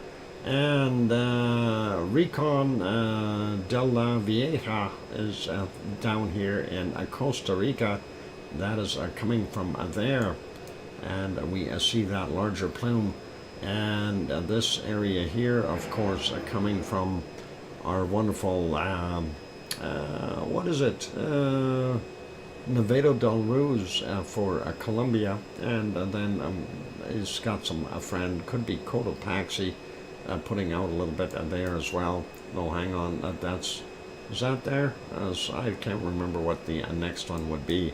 A little bit from Sangay and the other ones, nothing too major though. Going down the coast, our wonderful Sabancaya would be in this area. Not sure how much it's putting out, but that is what we've got there. And looks like the standard stuff coming out of Chile. And down on the bottom here, looks like that wind current pulled things down and then started pushing it across Argentina. So they are seeing some of it.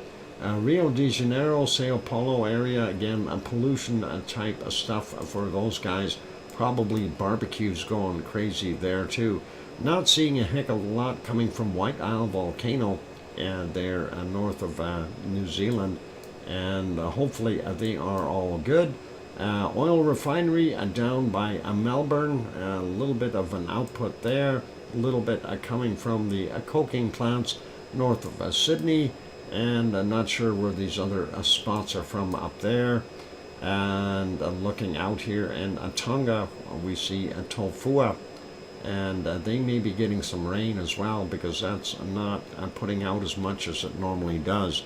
Yasur would be responsible for this, and Eoba and Gawa there in Vanuatu are doing that one. Sliding over, taking a look at what's coming out of Papua New Guinea. It's not bad. And yeah, the island is called Apapa. That is the entire island. And I checked into that. So Papua New Guinea and Papua whatever else for Indonesia on the other side. And that is all good. Luotalak, they're still producing quite a bit of a plume. It seems to be a gassy volcano. And this area would be from Semeru. Most of this in here from Merapi. And of course, we've got a lot of people living in those areas as well. So population definitely playing a role in that. And of course, the wind stream taking it down south here. And Jakarta, as well as looking at Taal volcano, no, not Taal, Krakatau. How about that? Krakatau, there we go. In real, what happened, Sophie? Tall and big? Taal is not very big. Taal is very short. Sorry, I'm missing a part of the conversation. It's okay. Moving on, looks like Cinnabung is still doing its thing, and Carinci and what's Marapi over here. Not anything too bad for those guys. We are still seeing Ibu and Dakono pretty lightweight there, and there's Mawar on the edge of the Philippines. It's definitely headed inland. It is drawing that SO2 away, and if it's raining there, that'll wash a lot of that out of the air. So we'll see a decrease in SO2 for them, and that would be for Mayon and Bulusan, of course, as well as well, looking at Taal volcano, looks like hardly anything coming from Taal. Most of that is coming from people pollution, and that is what we're seeing there. Taiwan's pretty normal. Looking at China, pretty normal plumes there as well. Sliding in and looking for Suwanoshi-jima, and it has got a little bit of a heavier output in that area. And then, of course, Sakurajima here are responsible for most of what's there, as well as ASO being here, and we see fairly good coloration from ASO, not as bad as it could be though. And moving up, looking at the Tokyo area, we go 100 kilometers to the west, and we see there's the area for Asama, and we do see it pluming off some SO2 as well. Going up a little bit further, we don't see anything else. We've already talked about the Kamchatka Peninsula. I'm not going to worry about that. Some heavy spots there in China. And looking at India, of course, and the eastern portion, pretty heavy. The rest seems to be moderate to low levels. Very clean there in Madagascar. We are seeing South Africa, though, still producing quite a bit of SO2 with its gold smelting plants, and the DR Congo area, a couple of volcanoes there doing their thing. RTVE showing up a little bit there. Be right back. Phone call, no worries, Sue, and we promise not to run away on you. And there, RTVE, not much. And of course, the oil refineries in Saudi Arabia, Kuwait, Iraq, and Iran. And you can see those darker areas there, mostly oil refineries. And sliding up here a little bit, and we take a look at our wonderful Mount Etna and Stromboli and Volcano, all off-gassing. A majority of this, though, would be from Mount Etna, so it is producing a lot of SO2. I see most of this has dissipated, or at least broken up into smaller areas and lower levels. That was that heavy cloud that moved in there from Etna a few days ago or last week. And looking at Spain and Portugal and most of France, fairly clear, lighter levels in the northern portions, though.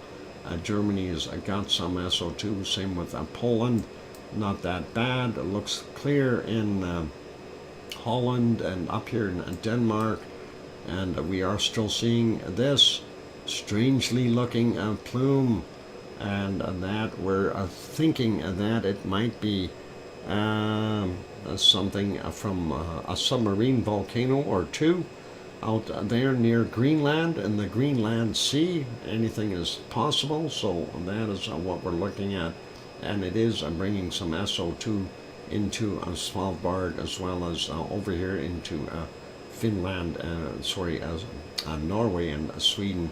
Not quite Finland, but that is what we got there. So that's our SO2 map for today, you guys. That's not bad at all. Doesn't look too choky, if you know what I'm saying. And let's take a look at our weather. Whether we like it or not, we'll have a look.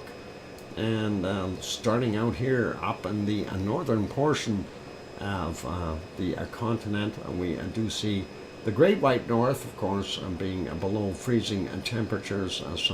All kinds of different weather up there, who knows. Up to 19-20 degrees in Alaska in some places.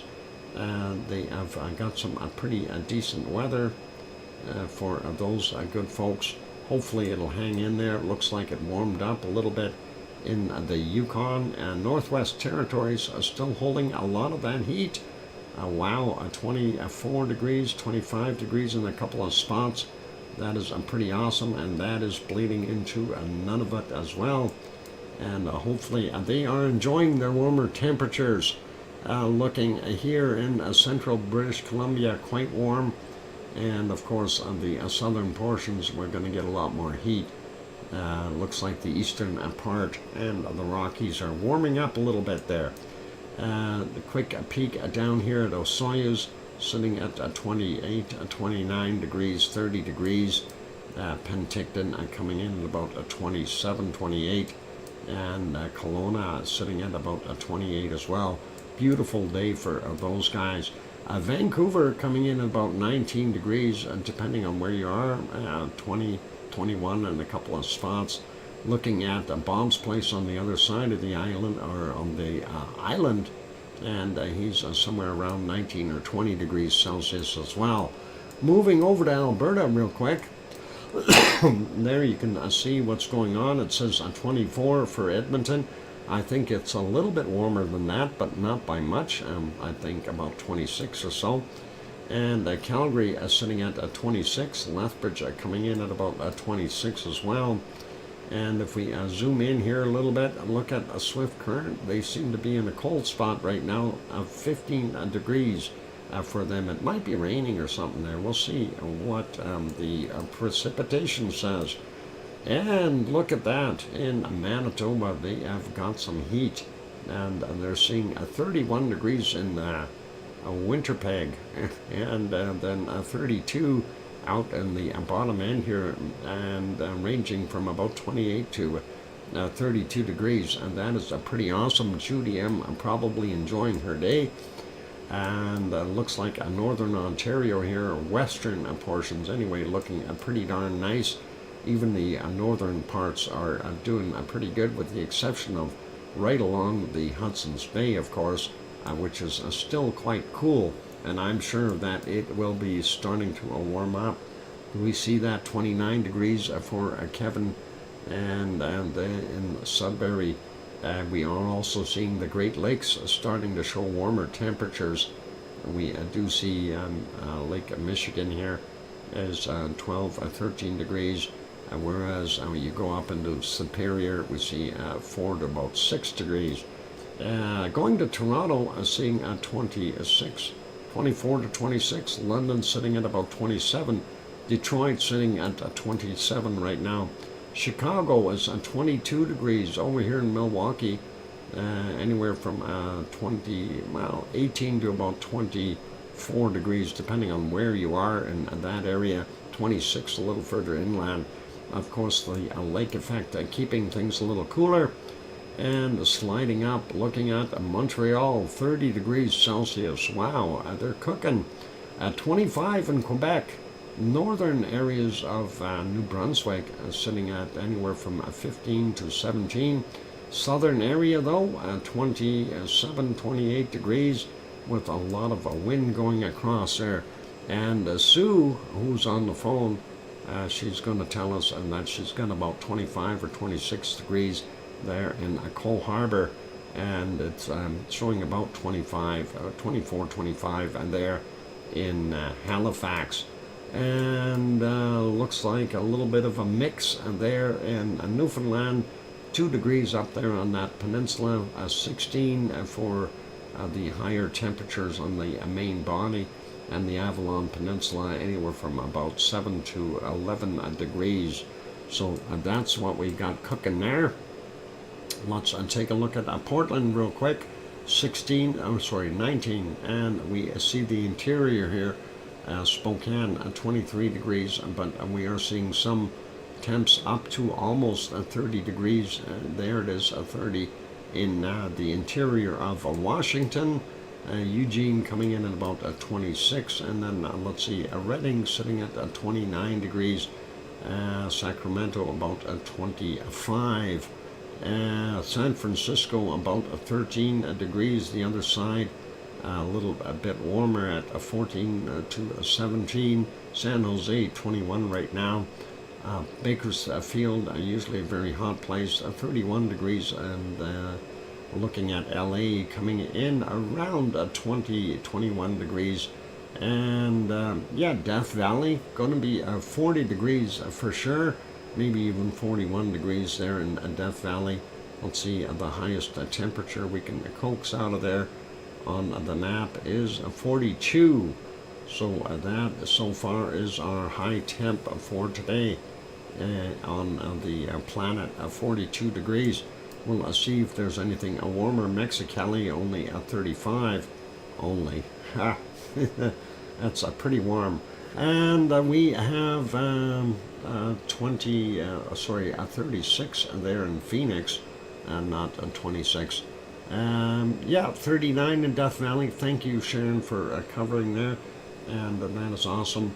We're seeing 34 in Tucson, moving along, and we do see about 29 in Albuquerque right now. That is pretty warm for those guys as well.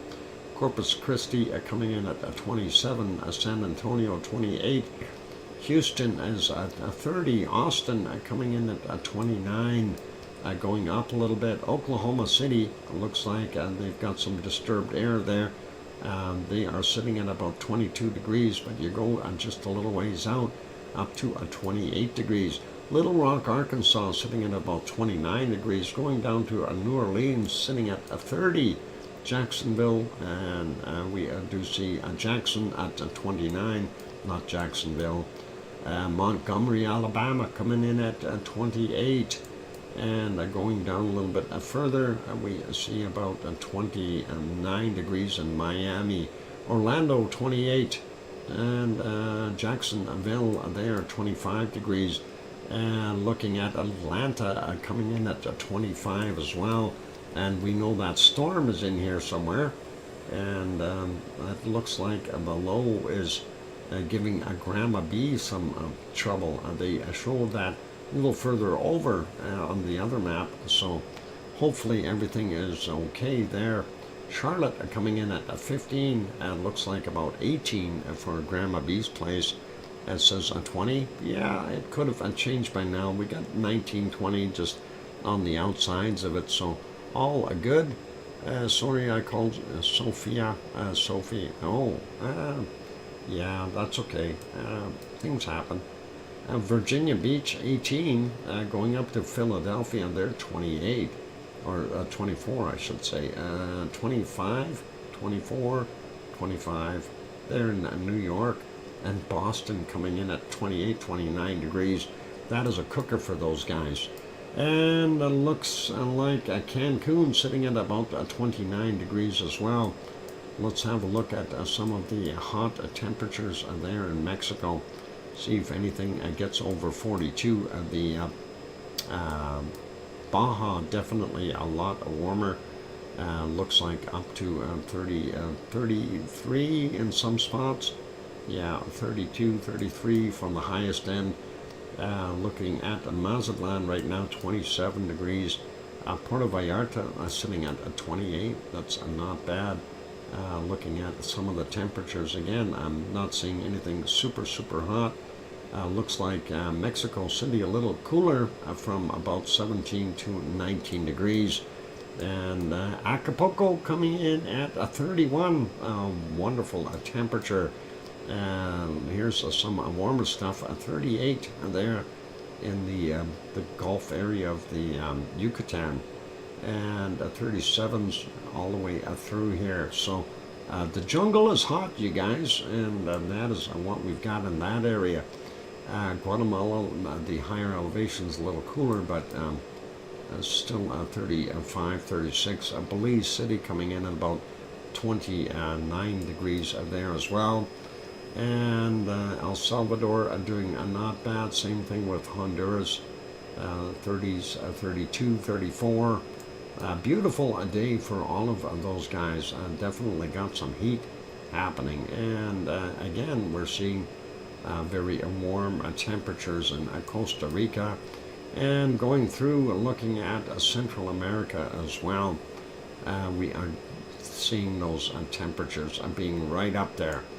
It is break time, so let's cut it off right here, you guys, and we will continue on with the weather after the break. For those good people who are here, if you have not yet hit that like button, give it a quick bop and help us out that way. Of course, we are trying to get over that 100 mark, so the more the merrier.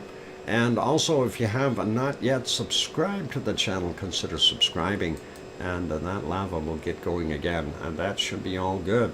Okay, on that friendly note, I'm your host, DrFox2000, here in Edmonton, Alberta, Canada. I'm going to go take a break. I'll be back in 5, 6, or 7 minutes.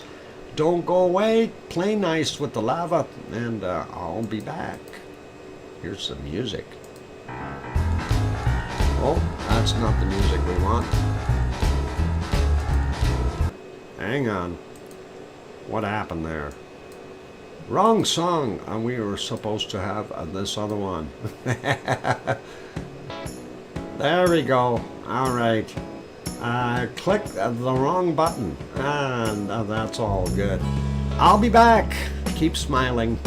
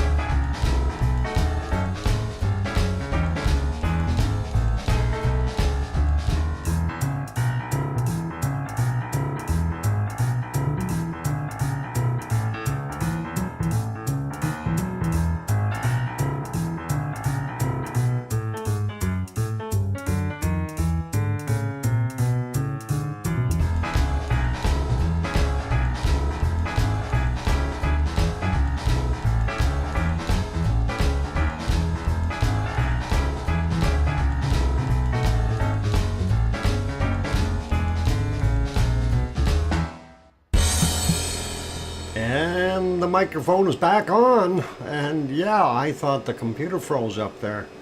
And I don't know. We got to the end of the canned lava is what happened. And ooh, the wind's picking up outside all of a sudden. All of a sudden, we've got lots of wind. I think we're going to get some rain here. I think I need to run down and put the bunny food in the shelters pretty quick. That rain is, no, it's not rain, it's a lot of wind. Wow! Dust and everything blowing. Pretty wild. Maybe that had something to do with it. Anyway, thank you for the welcome backs from, let's see, I missed half of you. And Alba Girl, and of course John, and I hear you. DrFox2000, awoo, from Sharon Stewart, and thanks Kananaskis Country, and Dave, and Sue, of course, and Hermione, and Fluffy, and the Augusta front. Yep, that is what it is. Gonna blow away. No, we won't blow away. It's a little bit of wind, and not a lot of wind. But I hope it is not raining. It is raining too. Darn it. Yeah, I gotta go throw that food into the shelter, you guys. You're all okay with me doing that? I'm going to be about 2 minutes to go do that real quick, and we better do that. Otherwise, we'll lose the bunny food. We don't like doing that. That stuff's expensive nowadays. And yeah, keep yourselves entertained. I'll throw that music back on, and I'll be back in about 2 or 3 minutes. Hopefully, and we'll be okay. And we won't blow away. I've got to put some rocks in my socks while I'm going down there. There. Don't go anywhere.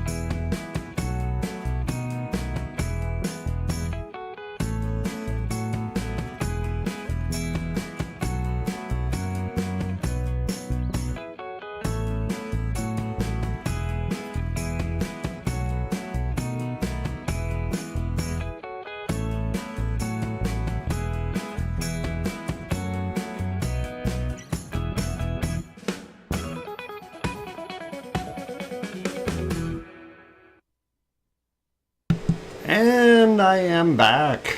I managed to get that food moved into the dome real quick. And yep, I did feel some little droplets just as I went down there. So all cool. Snowman, this is a cake number 34 in 2 days. We were hungry at the fair. Oh, wow. 34 cakes. Holy mackerel, that's a lot. And yeah, thanks for the welcome backs once again. That is all good. And here you, DrFox2000. Ooh, okay, and we already said welcome back the last time, so that's all good. Thank you, Hermione, as well. And yeah, let's get back over to our weather. Talks to a Yeti. I am talking to a Yeti. Yeti Blue, and that's what I'm speaking into. Oh, that's the name of my microphone. Anyway, looking at what we've got here in Colombia, we are seeing up to 33 degrees in some places in the lower areas there, and then out here in the jungle, they are up to 31 degrees in some of the places. Looking at over here in Venezuela as well, up to 33 in some spots. So in general, quite warm there. Looks like the Amazon basin, 29, 30, 31. Quite warm today in comparison, usually about 3 degrees less. But hey, it is a jungle out there. What do you expect? And looks like a little bit cooler in some of the other spots in Peru, and perhaps even here in, we see 13, 14 degrees in Bolivia. So not that warm there, but the jungly area is still up to 29 in the northern ends. Looking over on the other side of Brazil, pretty nice temperatures. Rio de Janeiro only about 21 right now. Sao Paulo coming in at about 17. Hey, Piggy is here. Oink, just fine for end times. Awesome, Piggy. I hope you got a little bit of a nap. A little one, anyway. That is better than no nap.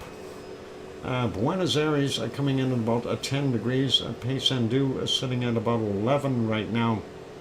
And we see very cool in Argentina, and that cold is pushing up into places like Paraguay as well. So that is what we're seeing there. Let's go over to New Zealand, have a quick peek. They still have that high, bringing that warmer air down, and that low is sitting on the bottom here, trying to fight it and bring cold air up. And it's not winning. I don't know who's winning. Anyway, we see up to 13, 14 degrees down in the south. But the western side still single digits in a lot of places, not good. Christchurch coming in at about 15, Wellington sitting at 15 as well. And let's see, Hastings coming in at 14 degrees, Taupo about 12 right now. Even with that warmer wind blowing in from the north, we see anywhere from 16 to about 18 there in the Bay of Plenty. Auckland coming in between 17 and 18 degrees for those guys. Not too bad for wintertime weather for them. And looking at Hobart, what is it, 8 or 9 degrees there. Not that good. Looks like coastline might be slightly warmer by a degree or so. But yeah, cold, down to 2 degrees in some places. Brr, not a very warm place right now. Melbourne coming in at about 10 degrees. Not very good there either. Adelaide at 13. Any more snow here yet? We don't know. Canberra 6 degrees. Sydney coming in at about, oh, I don't know, 11 or 12. That is very cold. Look at this cold in here. They are really cold. 11 degrees in Brisbane. And I bet you they're freezing right now. That is just... Look at this, 2 degrees, 3 degrees, 4 degrees. That is incredibly cold for them there in Australia. Perth coming in at about anywhere from 11 to 14 degrees, depending on where you hold your hamster. And yeah, wow. warmest temperature right up on the top tip here at 24 degrees Celsius for Australia. Wow, that's really cold. Looking out here, somewhere in the American Samoas and that 27, 28 degrees. Fiji about the same. Vanuatu 26 to looks like the south, 24 to about 27 degrees. A little on the cool side in New Caledonia from 21 to about 23 degrees. Papua New Guinea also not that super hot. Not seeing those 30-degree temperatures. Mind you, it's early morning there, so we got to remember things are going to get warmer later. 25, 26 there in some places for eastern Indonesia and Papua, the island of Papua. And that's what we got there. And looking at the rest of Java, anywhere from about 20 up to 23 degrees, 24 degrees, 25 in some spots. Same thing goes for most of, well, they're up to 26 in some places for Sumatra. Singapore coming in at 27 degrees right now. And Bangkok coming in at about 26, 27 degrees as well.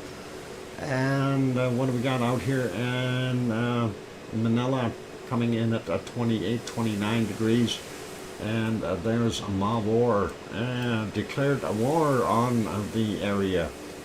We do see some warmer temperatures out in the water, though, up to 31 degrees, so pretty warm that way. Japan coming in, Kagoshima sitting at 23 right now, awesome. And looks like most of the southern end of Japan quite nice. Coastlines look pretty good. Tokyo coming in at 20, gets a little cooler the further north you go. Sapporo coming in at about 14, 15 degrees. Getting up onto the Kamchatka Peninsula, we see that low there. That's not good for them, but we do see temperatures up to 15 there on the Kamchatka Peninsula. Lowest ones we can see, I think, was about 3 degrees right now. And yeah, so that is a wonderful day for all the polar bears and everything else that's happening there. Looking at India, we see Delhi coming in at 24 degrees right now. Jakarta coming in at 26. And pretty normal there for the weather in Sri Lanka from 26 to 29.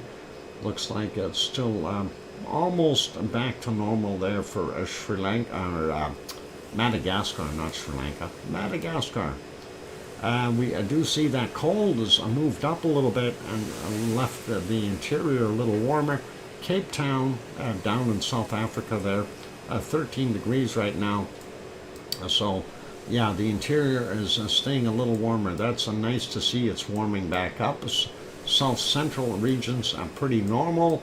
And then we get into the hot spots. I see 38 over there in the Sahara. And we see, yeah, 38 is about the highest temperature right now. Anything higher than 38? So far, no. So, yeah, it's still not beating anything, but still a 42 there in Death Valley in a couple spots. So that is still a warm spot. We see here up to 37 degrees in our wonderful Saudi Arabia, UAE, sharing some of that temperature from 33 down to 27. Oman, kind of the same affair, and more like 37 down to 27. Baghdad coming in at 28. Cairo sitting at about 21 degrees right now. And of course here in the northern portions up in the mountains, we're still seeing that cold area, and it looks like they may have a mix of air and likely getting some storm stuff there. And that bleeds right into Tunisia as well. Still a little on the cool side on the northern coast of Libya, as well as our, what is that? The pyramids, Egypt. What do you call Egypt? Never mind. Anyway, looks like finally starting to warm up there in the Turkish area, and Malatya 15 degrees right now. That is awesome. 20 in Adana, and let's see what Piggy's temperature is. Piggy, is it about 18 degrees there? It's got to be about 18 or 19 for you. And that's all good. And we see about 18 there in Athens as well. And moving over, looking at Sicily, it does look like about 11 or 12 degrees in the Radanzo area. Thank you, Sue. And yeah, maybe a little warmer on the coastlines, up to 20 degrees. Catania sitting at 19. That's a pretty awesome temperature. Sitting at about 20 in Naples, and Rome coming in at about 19, going up to Milano up here at 20 degrees for those guys. And let's see what we got in Spain. Spain has got no pain. 17 in Lisbon, Portugal. 15, 16 in Madrid. Aurelio's place about 14. That is not bad for nighttime or early morning temperatures. Still a little cold in the mountains, but to be expected. And Tanto, of course, having about 19, 20 degrees, and Nantes there today, or tonight, I should say. Paris coming in at 19, and that is awesome. 15 in Munich. Frankfurt coming in at about 16, 17 degrees. Cologne is about 17, and Yvonne Kunkel's house about 13. And we've got Brussels coming in at about 15, and most of Belgium anywhere from about 13 to 15. Luxembourg 14 to 16 there. And looks like Amsterdam looking at about 11 degrees right now. The bottom is up to 14, and the top around 9 degrees, so not that bad. Berlin 14, Hamburg coming in at 14, Lübeck, my old, close to my home, and that is 13 there. And we got 11 or 12 in Copenhagen, and we have Aarhus coming in at about 7 degrees right now. Looking at Oslo is 8, Stockholm 11, and going over here, St. Petersburg is 13, Moscow coming in at about 11 as well. Having a look at England real quick, and London coming in at 13. Looks like Wales is a little bit warmer, some places up to 16, 17 degrees. Pretty awesome. Leeds coming in at about 9, Glasgow sitting at about 12. Aberdeen sitting about 8, the rest of the Highlands around 6 degrees. Looking at Ireland, Dublin is 11 degrees, and we have about 12 or 13 over on the other side for Doolin, and yeah, well, 11 to 13, and still somewhere in that ballpark. We see this high bringing up all kinds of warm air for Iceland, and they've got to be in much better condition today. Looks like 8 degrees. Thank you, Sue, for that. And that is what we're seeing. We are seeing up to 10 and 11 over here on the eastern side. That is pretty awesome as well. So nicer weather there for those guys, and we'll leave that be. So the hot spots, of course, being out here in northern Ontario and Manitoba, getting that heat pushed up there. Pretty awesome, although it's not bad in Alberta. Let's get over to precipitation. Oh, hang on, it is a break time. We will take a break first, and then we will go back to precipitation. So for those good people who are here, if you haven't hit that like button yet, now is your opportunity. Give it a quick bop. That'd be really, really awesome. And also, if you haven't subscribed, consider subscribing. I know we've got a lot less people in here, so most of the people probably are going to bed. I know a lot of people in Europe have gone to get some sleep. Anyway, not a problem. We understand you have a life and things to do. Let's get, yeah, we'll get on with the music. And I'll be back in a few minutes. I'm going to go take a break. And don't go away. More to come. Thanks.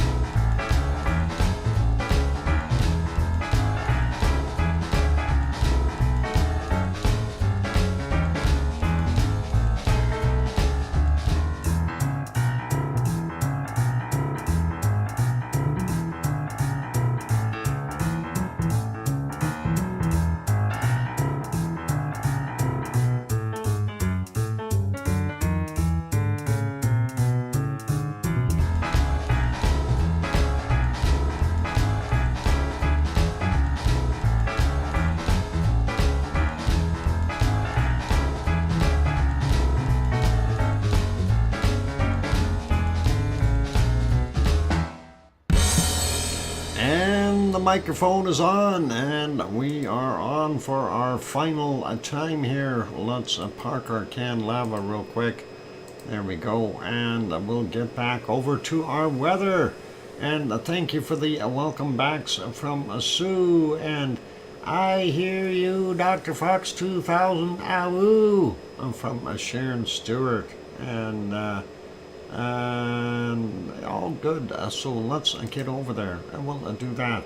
Precipitation time. Let's have a look first out on the west coast, and we do see Alaska's getting nailed. They've got that low sitting there, and it's twirling around, making weather miserable. And we also see, of course, the panhandle of Alaska getting nailed, as well as Queen Charlotte Islands. And that is rainforest stuff all along there, so lots of rain for those guys. Northern British Columbia getting some rain, that's good, and up here in the Yukon as well, and of course up in portions of Northwest Territories, as well as here in Nunavut, which we want none of it. And going into Alberta, though, we do see what's coming across my place right now. Looks like more rain, and we will see how much rain we actually get out of that. Looks like Vancouver's dry. It doesn't get wet till it gets into the mountains here, and the foothills down south by Calgary as well. And possibly for Kananaskis country, he might be getting some rain. Well, right now still dry though, but we'll see what happens. And then of course you can see the with that warmer air blowing up into Manitoba, that of course mixing with the colder stuff, hence we get thunderstorms. Looks like Ontario is pretty good for right now, and getting out to the eastern portions, Labrador looks like rain and snow, and not bad there for Sue. Maybe a bit on the windy side, but the rest looks okay. And Newfoundland definitely they've got that low sitting right on top of them. That is going to happen there. And yeah, a Labrador, not happy if you live there. Let's take a look at the U.S. real quick.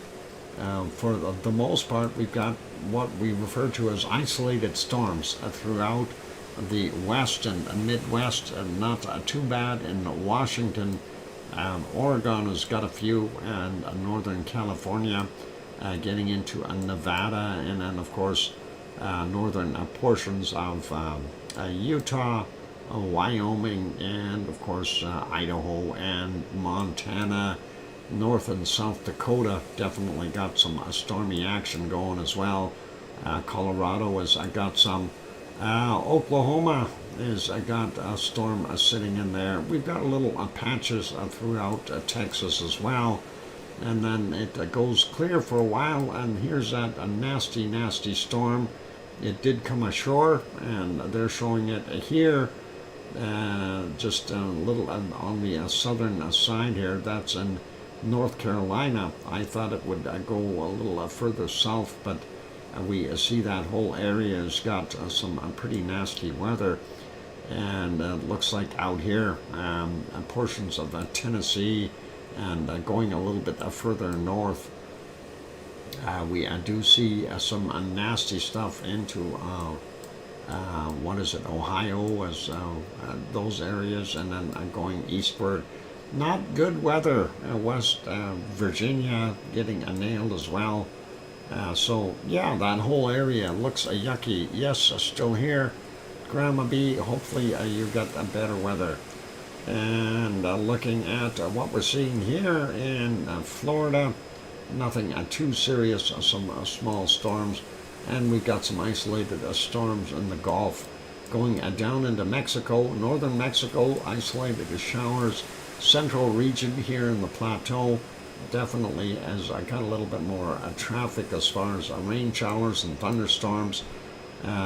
Places like Guatemala and El Salvador and Honduras are definitely getting nailed. Same with Costa Rica. Looks like we've got all the way down into Panama. This is a nasty storm out here. Hopefully that is not too bad. Let's take a look at Hawaii real quick.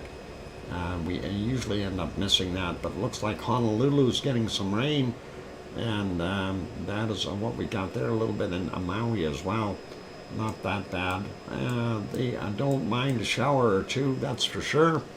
Trek 15, missed the stream today, but bump the like button and we'll catch up later. Trek, welcome, and that's okay, no worries. We do see a bunch of different storms there throughout the Amazon region, and of course in Colombia and Ecuador, Venezuela, and the French Guiana, etc., etc. We do see it even over here in Bolivia and the southern portions of south of Sao Paulo into the interior. Looks like Rio may be getting a little bit of rain, or maybe not. Very close to it, though. They may experience some later on.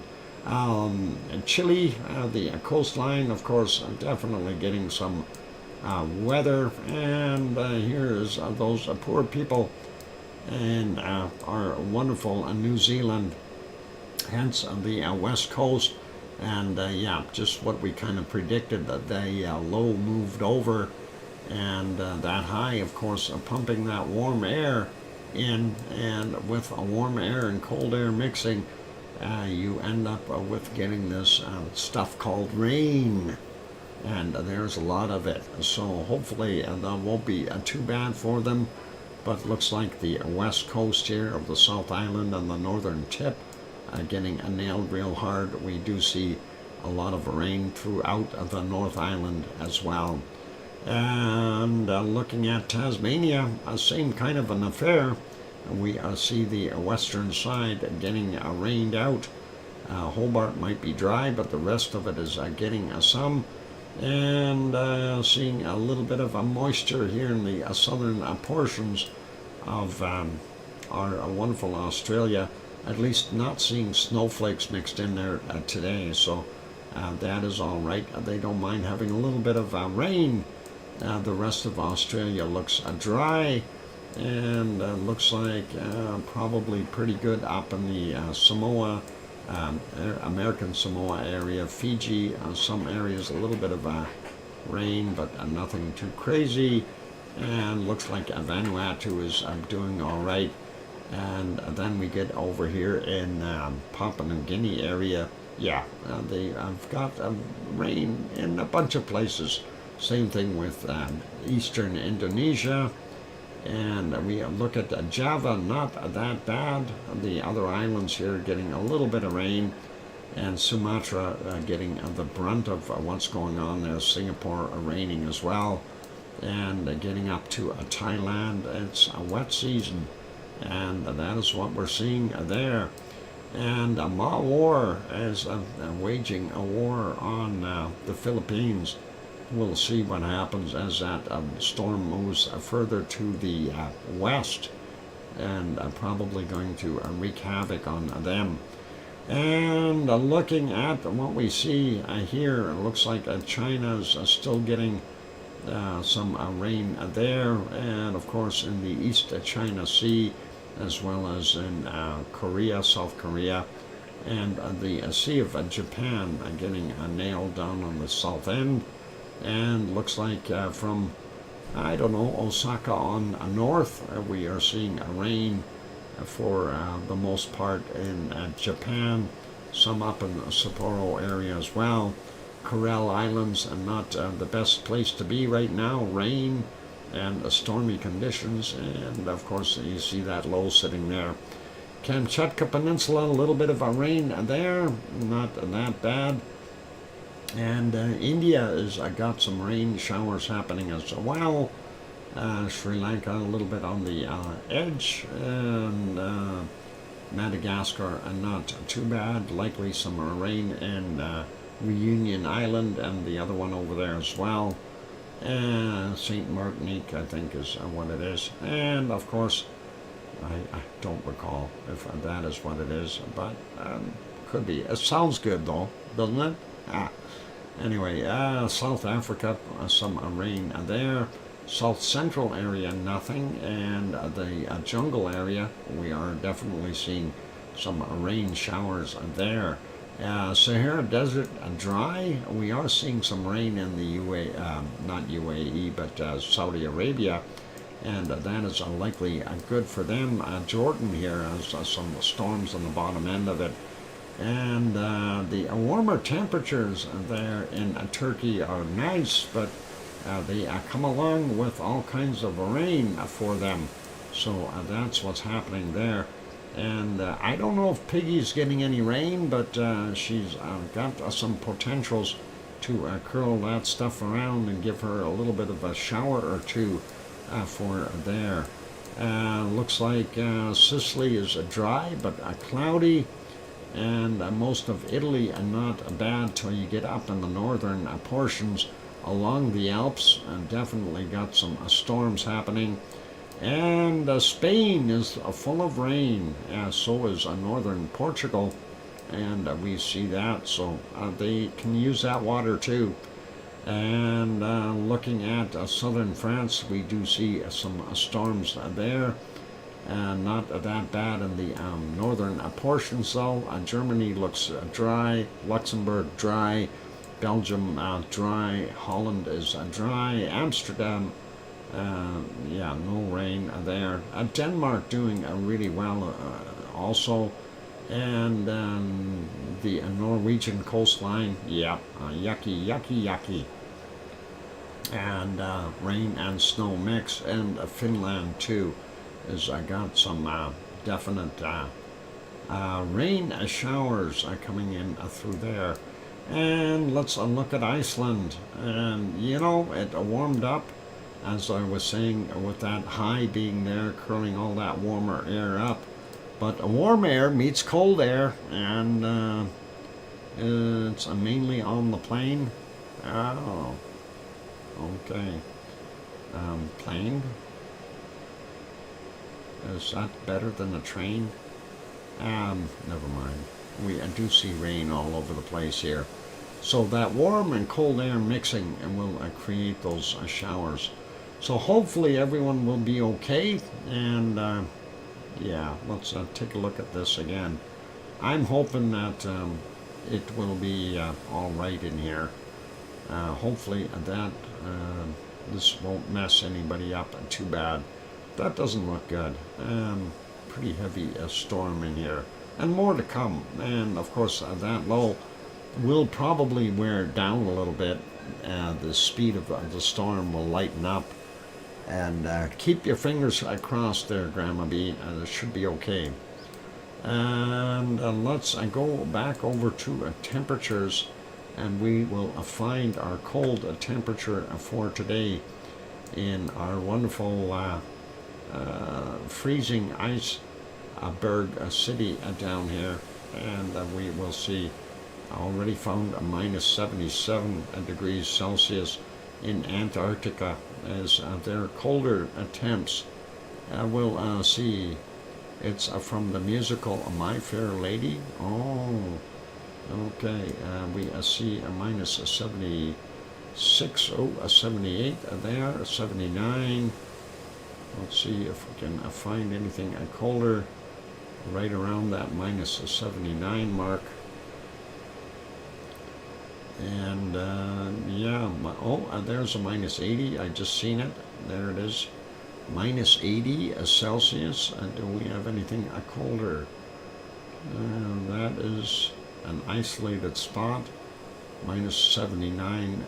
We do have a minus 80 right there on the screen. So that is pretty darn cold. I don't see anything else any colder. I'm going to leave it as that, minus 80.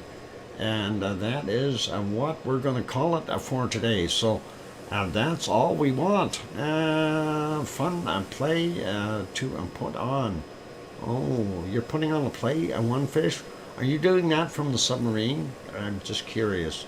Well, I'll have to get extra submarines then. Anyway, that's it. So, yeah. Oh, Sue got a minus 80 as well. that is awesome and very, very cool. Get it? It's very cool. Oh, minus 80 Celsius is absolutely too cold. And the rain in Spain, silly? No, that doesn't rhyme. The rain in Spain is a pain. Uh, anyway, and that is all good, you guys. And thank you, everyone, for being here. Good acoustics in the submarine. Awesome. Especially if you're yodeling like One Fish does. That'll be really cool. It's mainly on the plane. Yes. I get you there, Grandma B. No worries. Let's put you back on the canned lava.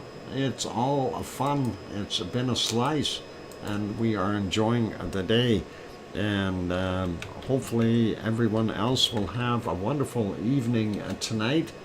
And remember, tomorrow is Monday, so we will be back to our regular times in the afternoons, or late afternoon, early evening.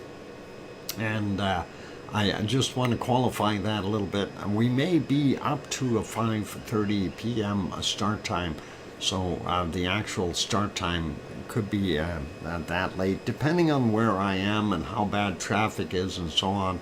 And I've been finding that, you know, if I get here from work, depending on where exactly I'm coming from, seems to be just a tad a bit later. So, you know, and somewhere around anywhere from about 10 to 5 to about a quarter after 5. So that is kind of what we got. Anyway, I want to say thank you first off to our wonderful moderators, Arizona Snowman and Piggy, and the CND Boy, and Gary 24/7 Live AZ Skies, as well as the others that may have been lurking, like Lucas Snow and Joseph Fields, Texas, and Mona Lisa Smiles. Thank you, moderators. I appreciate you guys being here, of course. Also, a big thank you to our Sue Hayes for providing those wonderful reports, and Sharon Stewart for keeping tabs on things, and that is all good there. Only one small super chat today, and that was from Piggy. Thank you, Piggy, very kindly for that super chat, and thanks a bunch for the great stream, Doc. Hanks a bunch. Okay, I'll thank you very much for that, Sharon. That's all very good. And you're very welcome. You didn't need to delete it. You could have just typed a thanks. I'm kidding. I'm kidding. There you go. Thanks a bunch for the great stream. Yeah, those letters sometimes don't work. I hit mine too, and then I look back at what I type and I go, well, hey, how come those letters are missing? And somebody stole them. Anyway, thank you, everyone. I do appreciate all of you. Letters elude me. Yeah, they do for me as well. And that space bar, it goes off sometimes before I'm finished the word. I have no idea why it does that. Anyway, it is a little bit of fun there. Be good, be kind, take care of yourselves, ladies and gentlemen. Remember, tomorrow we're back to regular hours, and on that friendly note, time to wrap up. So be good, be careful, and of course we'll keep an eye on volcano stuff through the evening, and of course when we can. So it's all good. If you do happen to find something that is out to a lunch or something odd, you can always email me if you have my email, and that is all good. So a real good. We'll wrap it up. I'm gonna go find some dinner, and we'll go from there. I did my laundry already, so I'm happy that way, and I got the rest of the evening to relax.